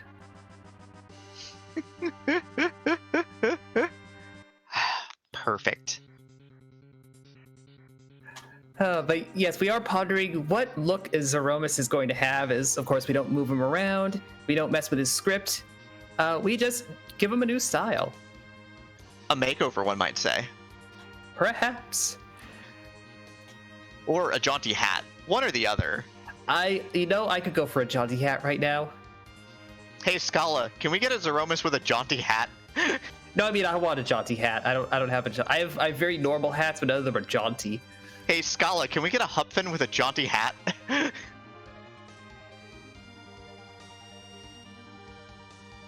But yeah, more importantly, it is time to ask the big question that all these flags tend to ask, which is, whose butt are we about to kick this early evening?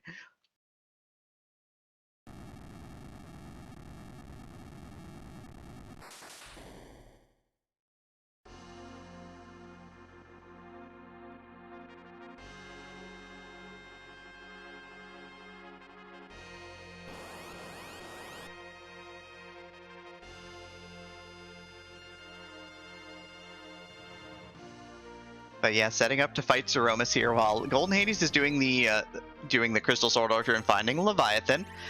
Looks like we've got a decent agility setup. Sid's had that Dwarf Axe forever here, so is going to be able to throw the crystal here with Sid, and is going to cast Berserk with Rosa on Gang to start the fight. Cecil probably to pop a Bacchus Wine to follow. And then we'll see if this is like Rydia Starveil, Sid Silkweb to start the fight, to sort of get everything off to a good start and slow down Zeromus just for safety's sake.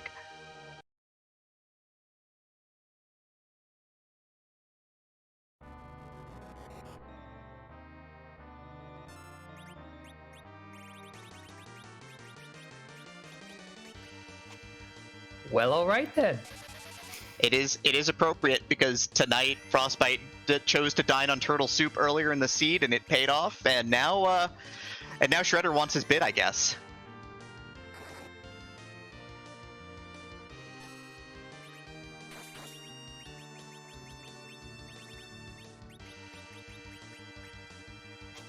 But Golden Hades did fight that Leviathan, just got a power shirt. We've had those. We're fine. We don't need them. So warps on out, and looks like he's going to come back to the blue planet, redeem that pink tail and that rat tail. Might be exactly what he needs to get to his finish. Yeah, ends up ditching 2 checks, one of which we know is nothing. The other one which we know is a very nice gauntlet with something behind it here. So Cecil Zerking did cast that, did fire off that silk web here. The counter nuke was on Rosa. Gonna burn the elixir here to 100% heal Rosa, because her life is important at this point in time, and now it is Yang and Cecil show mostly. Always nice to remember when you have those elixirs, those end game items. You're at the end of the game. Use them.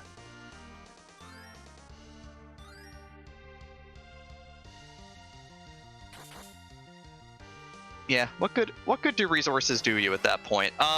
It looks like Golden Hades is doubling back as well to check and see if he left Kainazo at the Mist Cave or the Waterfall. I don't think he checked either of these, so he's gonna quickly stop and check them, just to be sure.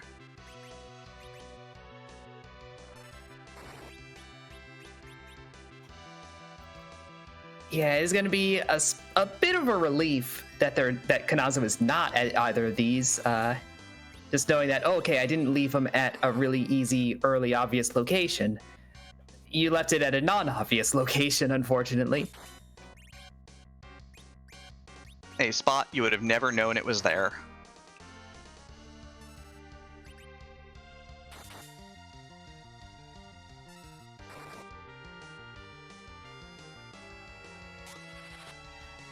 Just another power shirt from that rat tail. So that twin harp is behind what, the gauntlet or the Valorous at this point, or Tower. Yeah. But yeah, so that's kind of unfortunate. Frostbite ends up getting super rewarded for finding that Kainatsu at the package. Basically, a play for a paladin ends up paying off in spades here. Reflecting these lightning threes to sort of push the fight along, as well as, again, we've got Yang and we've got Yang and Cecil doing work. Gonna go for a nerf of this Big Bang with the crystal. So fires off the crystal. It's a spell that doesn't do any damage, but is instant cast because it's an item. Counter nuke on Cecil, however, does not have any cure 3s, I believe, so it's gonna have to throw a cure 2 here. That Cecil's kind of at dangerously low health right now as well. Yeah, you want to keep him as high up as possible. This Big Bang probably going to knock him down. Yeah, I mean, Power Shirt's great for damage output, but does not give you any magic defense. And yeah, that Big Bang does just absolutely crush Cecil. It's a bit unfortunate when your anchor is alive and one of your best damage dealers isn't.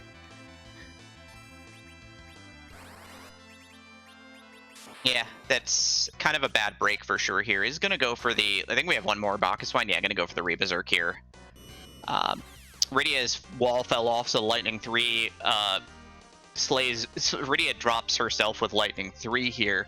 The nice thing about having Rydia out of the fight, though, is that the Rosa Cure 4 coming up is going to be more efficient on your very large health pool characters, so is going to group cast this Cure 4 for safety. Yang is also not Berserk anymore, so next turn will need to be Re-Berserked because his Berserk falls off. He takes the Q to action, and that's that for that. Cecil, though, back online.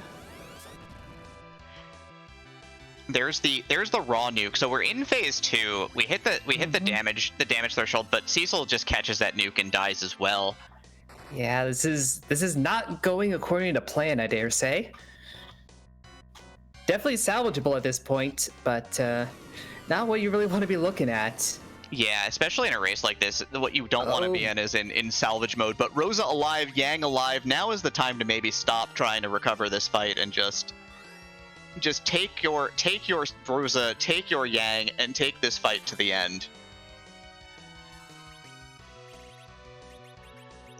Cecil crit, probably a Cure 4 away from a win here.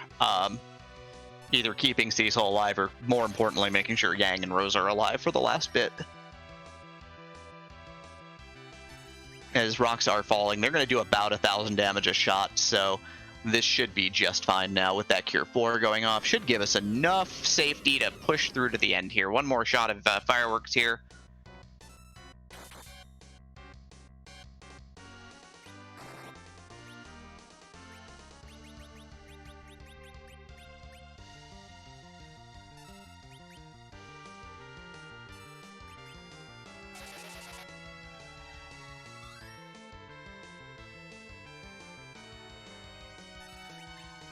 You've got Golden Hades over here taking on this Bahamut in Bahamut Cave, and definitely looks like wall casting, but damage racing it.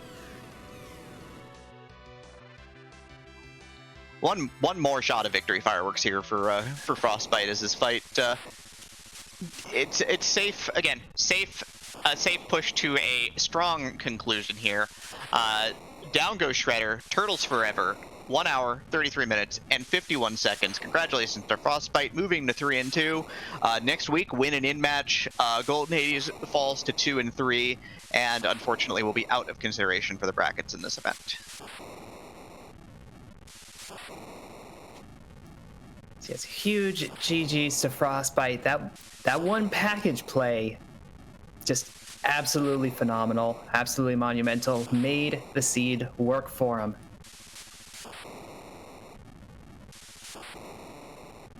We'll see if we can bring him in for a post-race interview in a moment.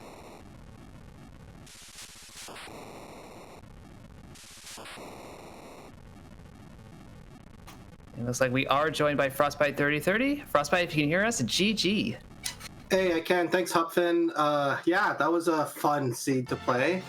It was, I don't know, it was a really weird one. Shoutouts to Watery Pass and 2 power shirts. That was absolutely ludicrous loot start, and it kind of was so incongruous with the Rosa Porum start that I couldn't stop laughing for about 2 minutes.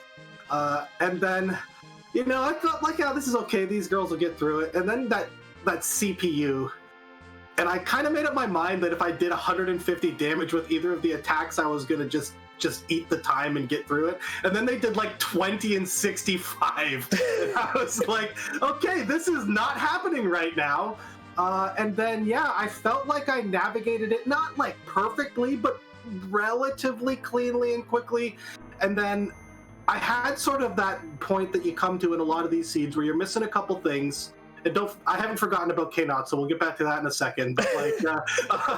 But like, I had the choice between finishing up the rest of the Earth and doing the Moon, and basically with that Valvalis, I didn't want to go down there without the ability to beat both the bosses a second time, and I just figured that fight would be so much faster after I'd done the moon. And the other one was free, and obviously it was a risk that I figured my opponent probably took that guards or fight or soldiers or whichever one it was before they went up there. But I figured, I'm just going to gamble on the moon. And then, like, Bahamut was okay, and then that silly gauntlet. And I thought about taking it for a split second because I'm thinking, like, oh, it could be like a grind if it is nothing. But then it's like, this is nonsense. I don't even know what exact fights are here. I'll probably end up getting a couple of those, like, Fatalize or whatever that seem like they have infinite health and just never die. So I decided to go to that. And then I ran into Antlion eventually, and I was just like, oh my god, everything in my body is telling me to leave. This is a horrible fight. And I knew I had two people that could do, like, counter-free damage.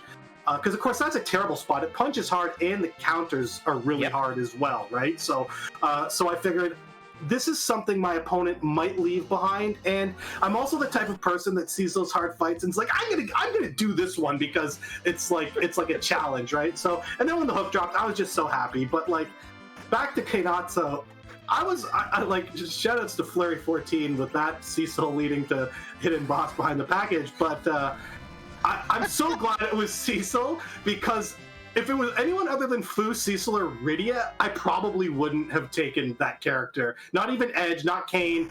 I had Rose already, right? So just shoutouts to Cecil in Mist Village, and then that silly Keinatsu came out, and it's like one of those times where I wish, like, you guys have great production value, don't get me wrong, but, like, this isn't a professional thing. You guys aren't, this isn't your job, you're not getting paid. And sometimes I wish, like, there was actually a professional thing where you could have cut to my camera and seen my reaction. Now it's not on my screen, so even, like, Smeepty missed it, but I lost it when Keinatsu was there. It was absolutely hilarious. It was just a blast. And then, I don't know, I feel like I got lucky again, didn't check everywhere, and yeah, I can't wait to watch this one back. When I loaded it up afterwards and saw that Hupfin, you and Demarine were on comms, I was like, this is going to be great. So I didn't even tune into the end to see how close my opponent was. So I'm still completely in the dark on all of that stuff. But yeah, it was a crazy run for me, because I had internet issues at the start, so I was all worried that my internet wasn't working like 10 minutes before the race, and was super kind of like off. Like, you know, I like sit and chill and almost meditate before the races, and instead I'm like just frantically doing other things, and it didn't feel great. But I don't know, super happy to get the win, looking forward to my next match, and yeah, just big shout outs to the Free Enterprise community, and thanks for putting on this race and the rest of the tournament and all of the other great things that has got me so hooked in this game. Yeah. I mean, the funny thing here, just of note, we did see in the credits roll, chat was having a moment just now, because the credits roll showed that the Twin Heart was behind that Fabul gauntlet on the moon at the Murasame altar. Wow. Could have gotten your grind and your harp. Would have been a faster clear, but you can't really think about it that way. I mean, honestly, I'm super happy. Sorry, Dem. I'm super happy it was there, but go ahead. Yeah. Sorry. I mean, you kind of showed the strength of sort of safe strategies, though. I know instead of grinding, you went for sort of a slow, stable fight against Antlion, which ended up paying off really well, because not wiping saves time ultimately. So it ended up pretty much working well, and that was kind of a good look overall, all things considered. Thank you. I like a team like this, right? Like, I'm not going to mention D Lunars. It's my least favorite boss, maybe up there with Ashura. That didn't go great, but I feel like those two bosses specifically are challenging because they have fast strats and safe strats, and it's always like a good angel, bad angel on your shoulder telling you, I just hit them, they'll be fine. And then it's like, oh no, you should just wait it out and cast Star Veils. And I'm just like, how about I do neither? How's that? And it didn't work, obviously. But then I figured I'll just get Levi up, go in there with that Blitz Whip, which that has to do negative magic, I'm assuming, because those Levi's seem to be hitting like they were very weak. But no, it was a really fun from that point. But yeah, that gauntlet, man, I don't think I would have ever taken it in the seed until it was the last location, because of the 4 of 5 thing, right? I feel like you can safely abandon one spot and you can guarantee that you're going to finish the seed. And that is also sort of like a secondary reason of why I took that Antlion. And that would have been so funny too, because I was thinking in my head, like, Frost, you can't skip this. You know why? Because you're not even only the guy who gets unlucky because you go to the moon and it's not the right play. You're the guy that gets unlucky because you go to the moon, you clear 4 of the 6 spots, and the other 2 spots are the ones you needed to do. So like there was no way I was leaving 2 spots up there, but that is outrageously funny. I might go back and fight that thing just to see what's there and have a good time later, but that's great. Classic seed, what can you say? All these restream seeds just seem to be have some sort of spice in them that you're like, this is just great, this is why we play. So I think it's safe to say that you're a bit excited and pleased that you're sitting at 3-2 now. You get to stave off elimination and potentially make it to the brackets themselves. Is that kind of how you're feeling about your position in the Lali-Ho League thus far? I mean, I'm playing okay. I'm not sure. Like, part of me is like, oh yeah, you'll feel great. You'll make brackets and you'll have that, like, not bragging rights or whatever, but it's nice to get an accomplishment. And the other side's saying, like, oh man, you're gonna have to play those bracket flags if you make it through the brackets, though. And like, not only play them, but actually play them, like grind them. And man, I've played a few seeds. I'm not gonna say they've been my favorite. It's been fun, but like, you know, I sometimes like playing things that are fun that I don't necessarily want other people watching me and paying attention to either. But no, I'm looking forward to it, obviously. I take the challenge head on, and yeah, I get jacked about everything. I just love you know, doing this and playing games, and I just feel like if you're not having fun, if you're not getting excited, you should be doing something else where you're having fun and getting excited. And so I always, not going to say I don't get super angry too. If you've ever watched me, that also happens. So it's an up and down thing. But no, I try and bring the energy because I feel like, I don't know, it kind of helps me focus and just get tuned in. But anyways, I got to run. I got to go start the barbecue for a nice, it's nice warm here finally in my area in Canada. And yeah, thanks for this again, and take care, everybody. All right, take care. Have a good dinner. So that was Frostbite3030, our winner in this match. As we were having that little chat, Golden Hades did check pretty much everything except the spot that has the twin harp. Well, and the package was also not checked and continues to not be checked as Golden Hades heads back up to the moon. Well, given what we know and what, well, Golden Hades has seen the entire game at this point, what Golden Hades knows is we all knows that there is a gauntlet waiting for us there at the top of the moon that has a twin harp.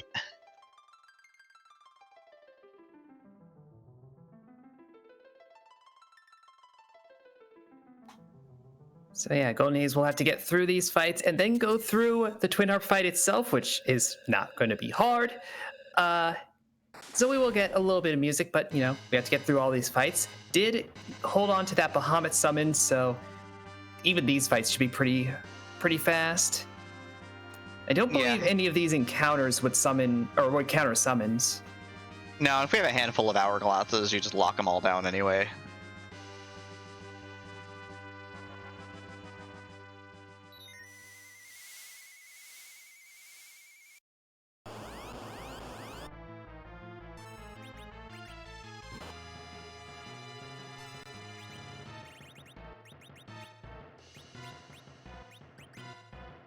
So here we go. One of my favorite encounters in the game here, the Fabul Gauntlet on the moon. This one is mostly dragons. I think that there's a gray dragon, there's a silver dragon, a silver and gold dragon. There's a Mac giant, or there's a red giant and friend fight, and I forget what else is here. Yeah, honestly, I don't remember like which levels. Because the different altars, you know, they pull from the local area, and in the Lunar Subterrane, every floor is basically a different area. So yeah, this one apparently has some bone dragons and some warlocks. Yeah, I've seen this one recently, which is why I did it. I think I saw it in a seed I was doing for practice, but it's just, you kind of have a sense of what everything is at any given point in time, or at least you try to, but it's hard to remember every single gauntlet in every single spot. Mm-hmm. Well, I mean, usually it doesn't matter too deeply. Just having that general sense of like, okay, these are going to be the easier ones because, you know, it's Baron Inn. It's just the crocodiles, the alligators, and whatnot, versus going to, say, the Odin throne in the bottom of the Baron Castle. That's Conjurers. That's a bit tougher.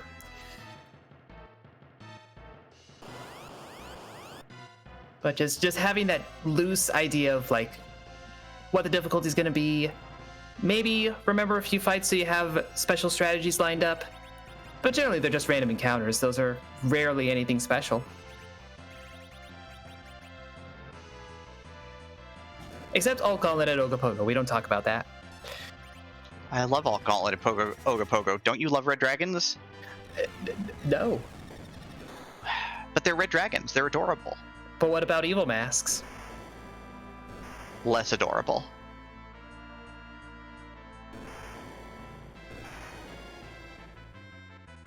What about non-evil masks? Still not adorable. Look, I like dragons, okay? Fine. That is fair.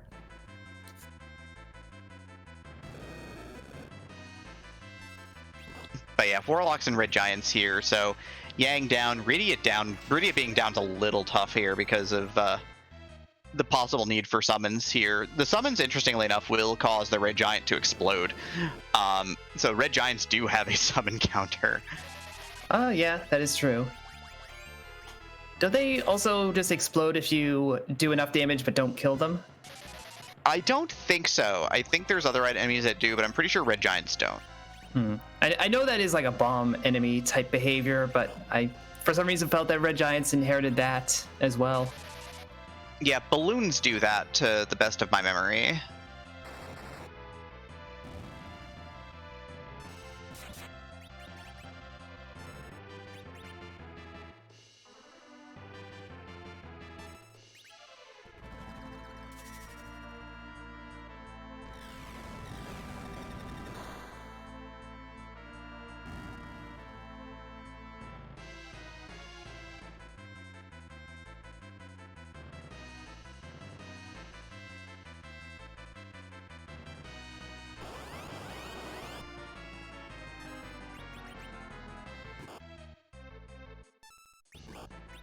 But yeah, here's the last fight, the Double King Ryu. The grind fight of choice for a lot of players in this particular game is here for a pile of free experience as well.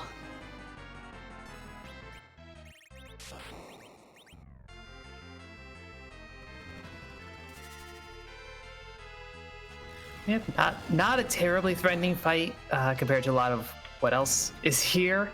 And it is two enemies at once, so you can life glitch, or you can just cast Bahamut because you're done with that. We've got plenty of levels on everybody. More than enough, certainly. I think this. Do we have Nuke and Rydia? I did not see. I didn't see either. I feel like we have Mega Nuke on Rydia. That's kind of how we're going here. Either way, we have a Twin Harp, so we're headed back to the Earth to finish this party off.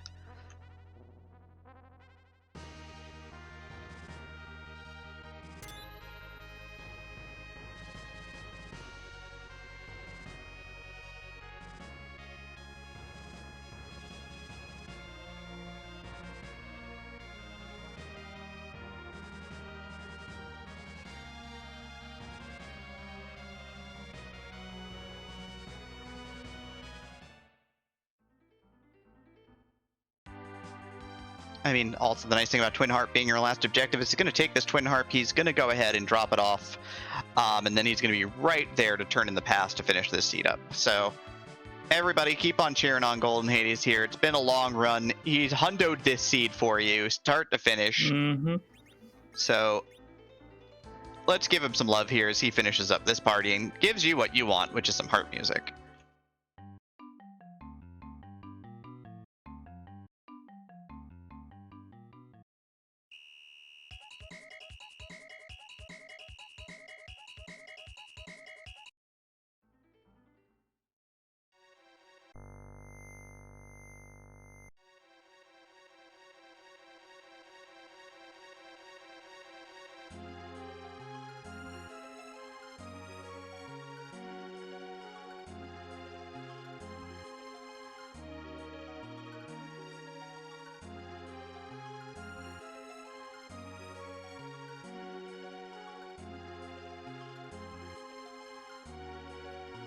Yeah, whatever ends up being down here, it's not long for this world. I know we all like to hear a lot of music, but there's not going to be much of a fight going on.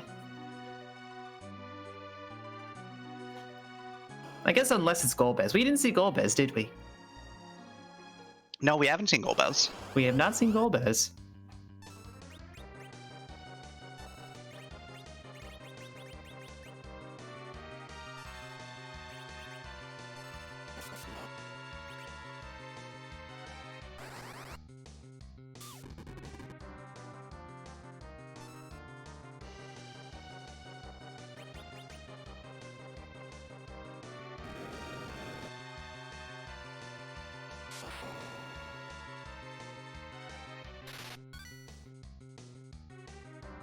So you do have to get through this first part. This part is scripted. Dark Elf will cast the Fire, Ice, and Lightning trilogy and then also hit you with Weak.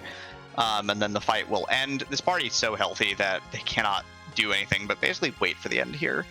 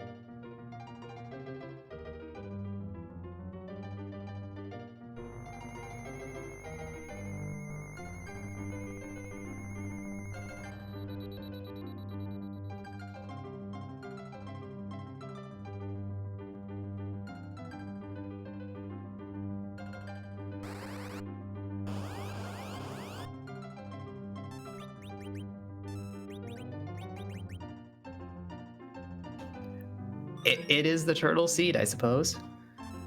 Yeah, absolutely appropriate. What a beautiful, beautiful song from Turtles in Time.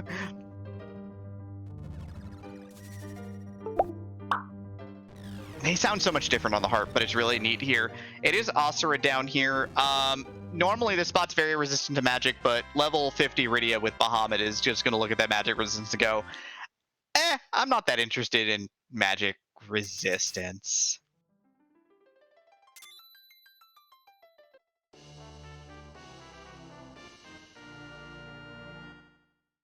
Grabs that crystal. It's just a strength ring, not that it matters. The important bit is that it is objective number 1, and there's goldenhades going to get his crystal as well.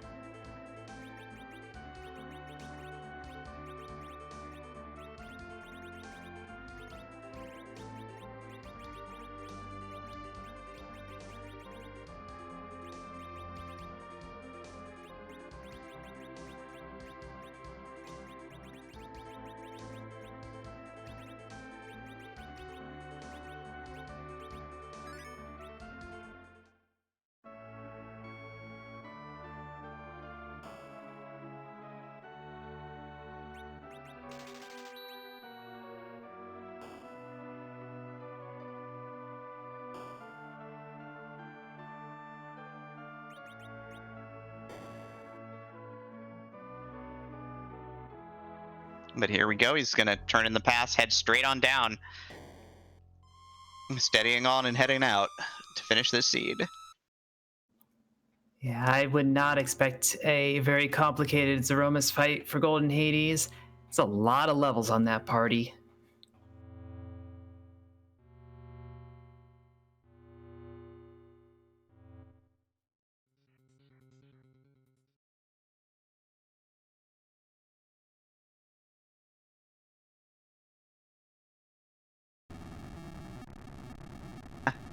while we're here at the end of the run, I would highly recommend that you follow both of these runners, Frostbite3030 and Golden Hades, on Twitch. Shout outs to Plumeria Knight handling the tracking, pushing all of the buttons today. There were a lot to push, so, long seed certainly on that front. Smate D handling the restream, of course, Hupfin, my wonderful co-commentator. Do you want to take us through this Zeromus fight? Because I'm tired. Well, I mean, what's there to be said? There is a but, we shall kick it. You're not wrong.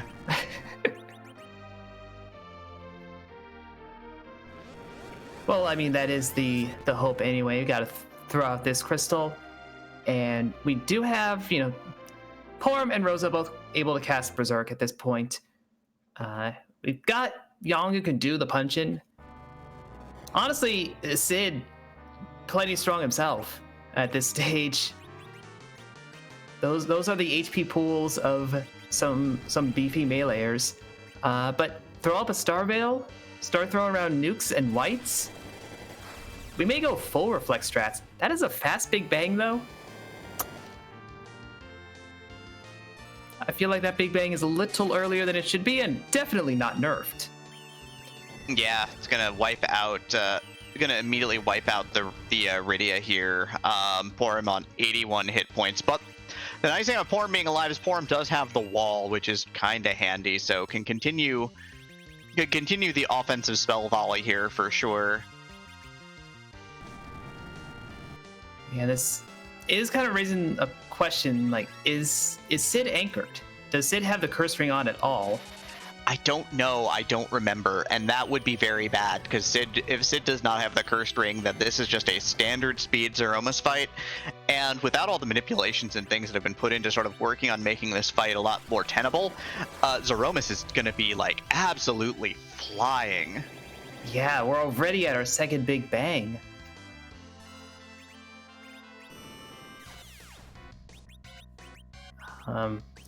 Yeah, this is an unanchored fight, and I feel like something has gone awry at this point. Yeah, Rydia down, Porum hurt again, Black Hole going off. Yeah, nothing really going according to plan here. Yeah, I mean, Golden, you don't get to two wins in this league without knowing how to handle the Zeromus fight, so something has to have just straight up gone awry. Yeah, it does happen, like, especially, even though the race is over and, as a runner, the race is over, things still get a little dicey here and there, certainly.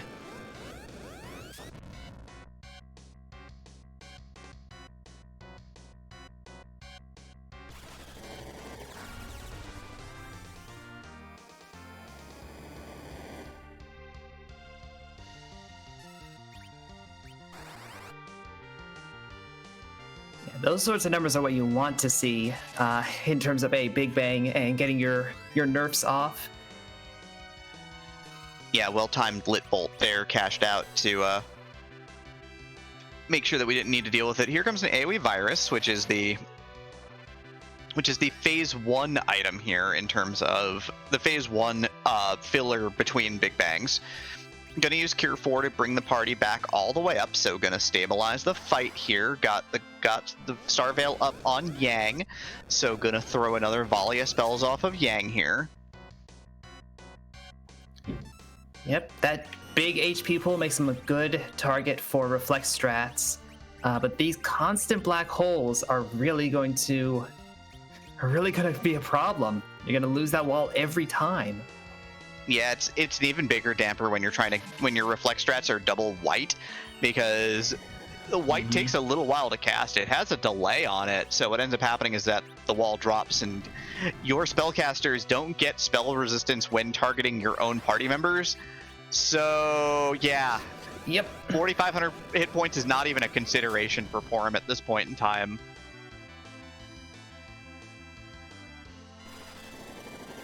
Porum's white definitely swings hard in whatever direction it's swinging. It doesn't care.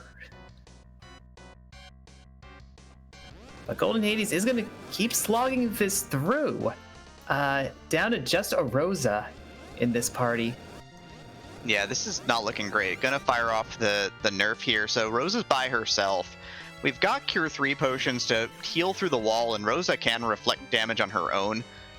Black Hole going off here, going to Life 2 Porum instead, so gonna bring the party back, start bringing the party back with the double Life 2 casters, it looks like, and keep this fight stable. But there's already another shake because you only have one character, and that character's in the queue casting, so Zeromus just gets to go.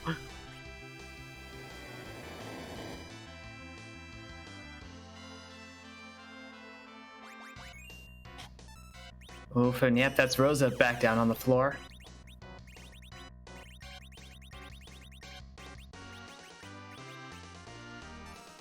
We're starting to run out of turn economy here, unfortunately, with all of these party members downed.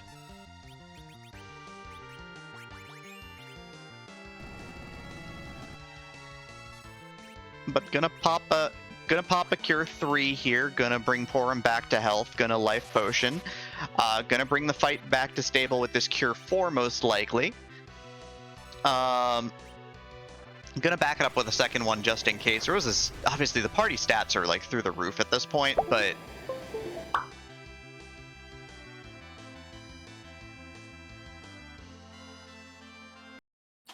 Oof, that is a full wipe.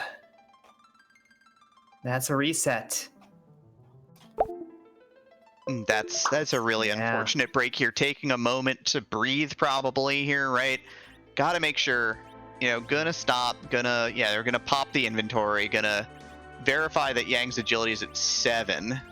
So he is properly geared for that particular role as best as is possible. But the problem is that Zeromus' speed and your character speed to get RA1, which is maximum speed on your characters, they need to be 2.5 times faster than your anchor.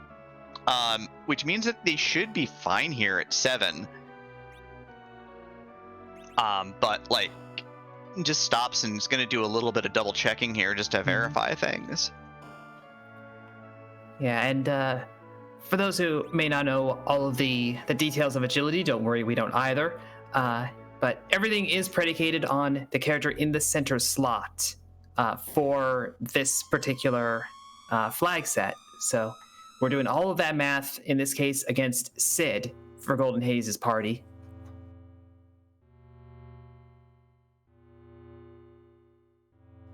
And with the Zeromus fight in particular, there are certain breakpoints.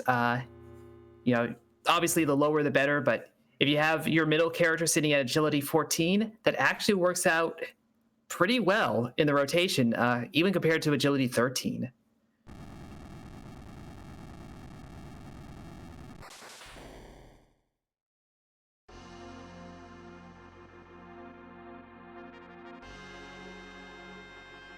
Either way, gonna take another crack at this here right now, so I'm gonna go ahead back on in here. Looked happy with everything. I think this setup was fine. It's just timing seemed to be a little bit off here without a slow effect down, just to make sure that everything sort of stays stable.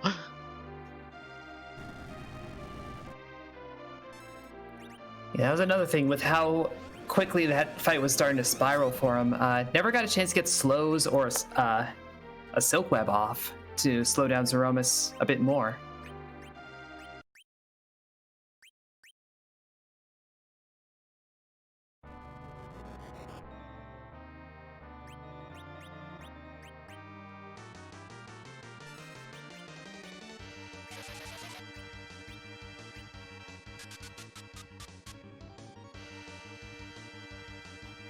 There we go, getting an initial slow cast from Porum that is going to cause a counter nuke, but that does help setting up to nerf that initial Big Bang. Again, assuming that the pacing and the timing of the whole fight works out in your favor.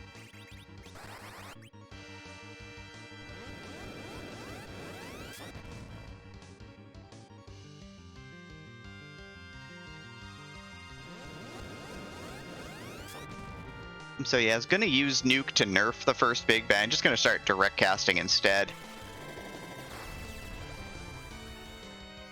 So first Big Bang we know is gonna be nerfed here, so should not kill anybody. Rydia is in under 1200 health, so could die. Nope. strong enough magic resist, holds on just fine. Get some wine out for the big boys. Get a Cure 4 out to bring everybody back up into fighting shape. Already, this is looking like a much safer fight. Yeah. I'm gonna just do what looks like a standard hybrid push with the 2 Zerkers here and the occasional bit of black magic to sort of push the damage. But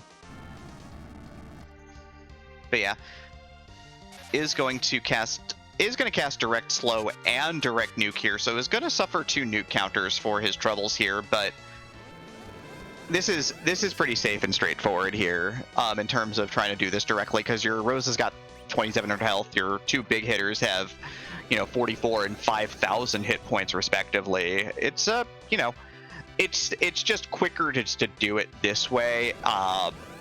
Right, don't get super fancy. Reflects are much safer, but with the speed being a little bit off, is just gonna do it directly, just to make sure that can constantly queue up effects to make sure you can get through the fight.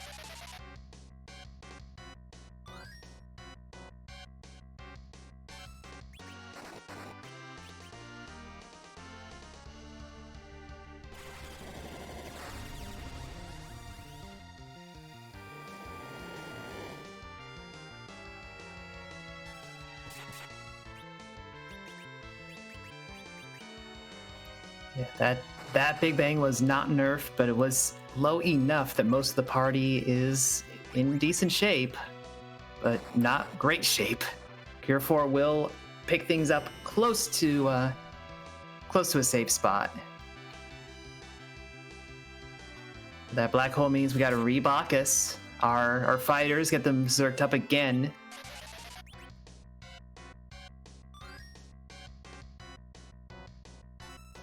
Yeah, gonna use cast from the white mages instead, just to make sure that we get that going faster here.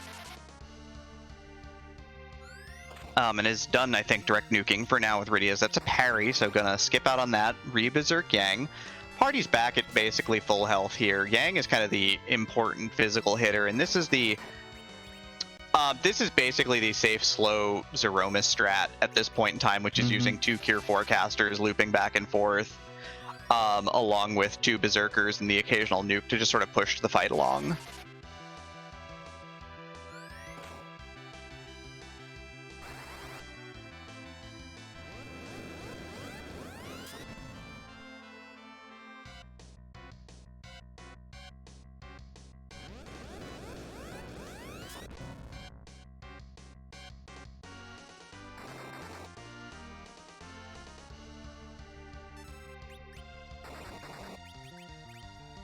Yeah, not quite the counter nuke that you wanted to see, but Porum is still standing.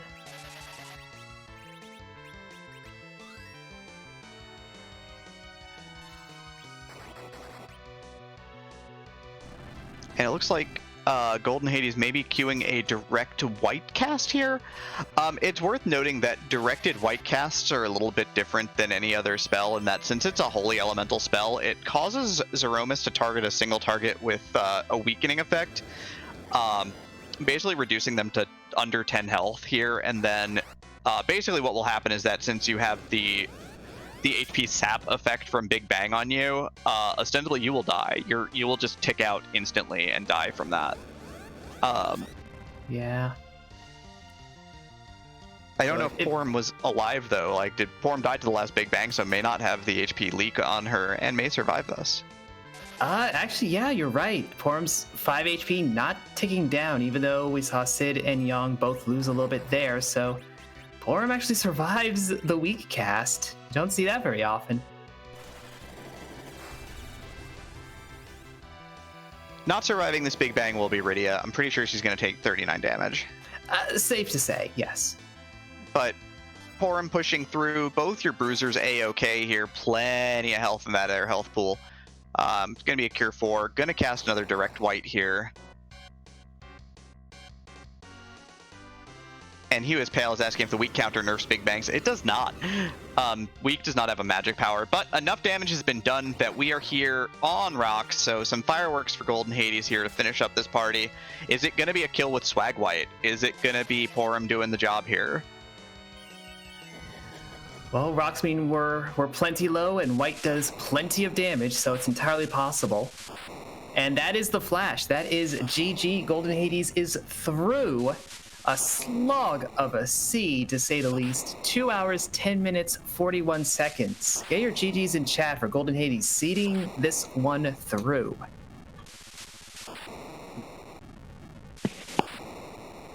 And sounds like we are joined by Golden Hades. GG Golden Hades, a tough run for sure, but you made it through, which is always great. So what's on your mind about that seed? I did everything, and I knew for Kineso, I was thinking only that I only did not do the giant. So 2 was there. I was not willing to go there since I fade out at the gauntlet. But after that, when I was in the Z fight, and I saw in the Discord that Frost has win like 30 minutes before. I was like, I maybe did gauntlet before me. I just forgot everything. So the fascinating part is he never did the gauntlet, never did giant. Yeah. He did package. Yeah. Yeah. And that's I don't blame you at all for not going there or forgetting about it. It is one of those things that is so rarely valuable, but it beat you up this seed. Yeah. yeah, he got a Paladin Cecil. Well, he got at that point Dark Knight Cecil and Kainazo, and that turned the tide because you went into Baron first, got Rydia, and we were like, if you're not interested in characters anymore, you're going to be in a lot of trouble because you're never going to find that. Yeah. It's like I wanted another mage for full reflect, but never got one. So when at Earth Crystal I get gain and edge, I just dump them out. But well, never check that package. Yeah, I mean that's a check I basically never do. So. Well, normally I do it. That's the thing that pains me more. But well.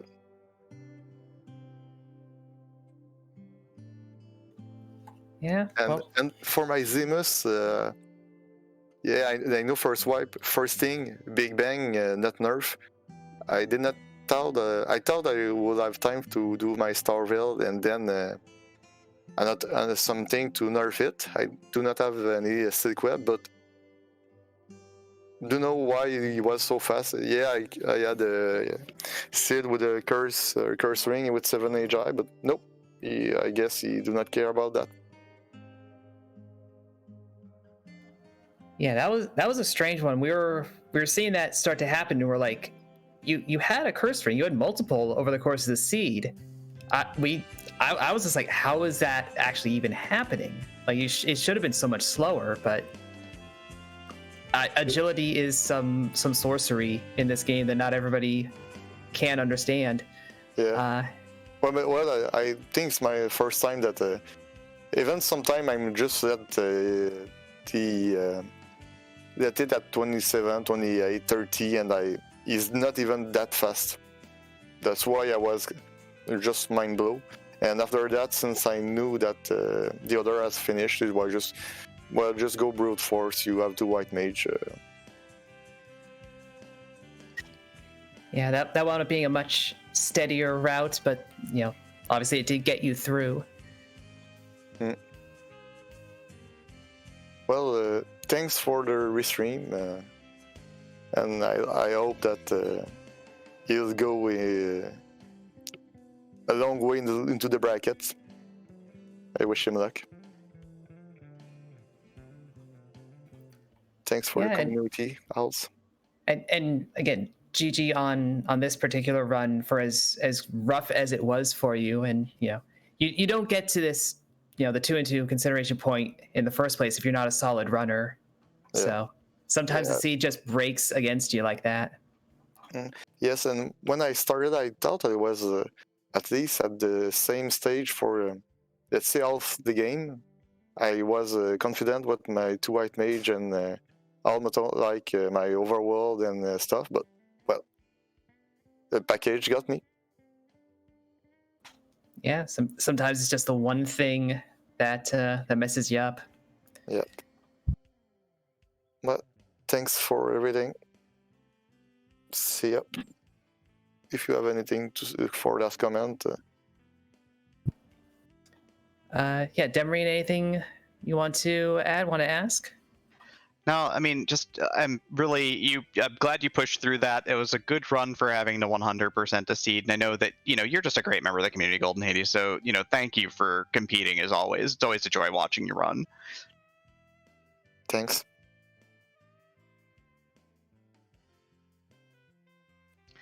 Well, I think we're gonna wrap it up here at this time. So again, thank you all for coming out to watch this race. Any last thoughts before we go, Hupfen? Nothing from me. Just again, GG's to both Frostbite and Golden Hades. Thank them for allowing it to be restreamed and putting on a good show for us. Give them a follow if you have not. They are both very solid runners. Thank you to Smitty handling the restream, Plumeria Knight handling the tracking, and Demarine, my co-commentator. You wanted to take us out? Yeah, so again, thank you all for coming out this fine afternoon. At this time, we are going to head over. There are 5 matches going on today, and so we're going to head on over to match number 2. We're over on RPG Limit Break. We've got Luff versus Poidrak and another 2-2 match. Just remember, don't spoil this match as we head on over there. And we'll see you there in just a minute. Thank you all. And again, thank you, Hupfen, for commentating with me tonight. And see you later, everybody. Adios.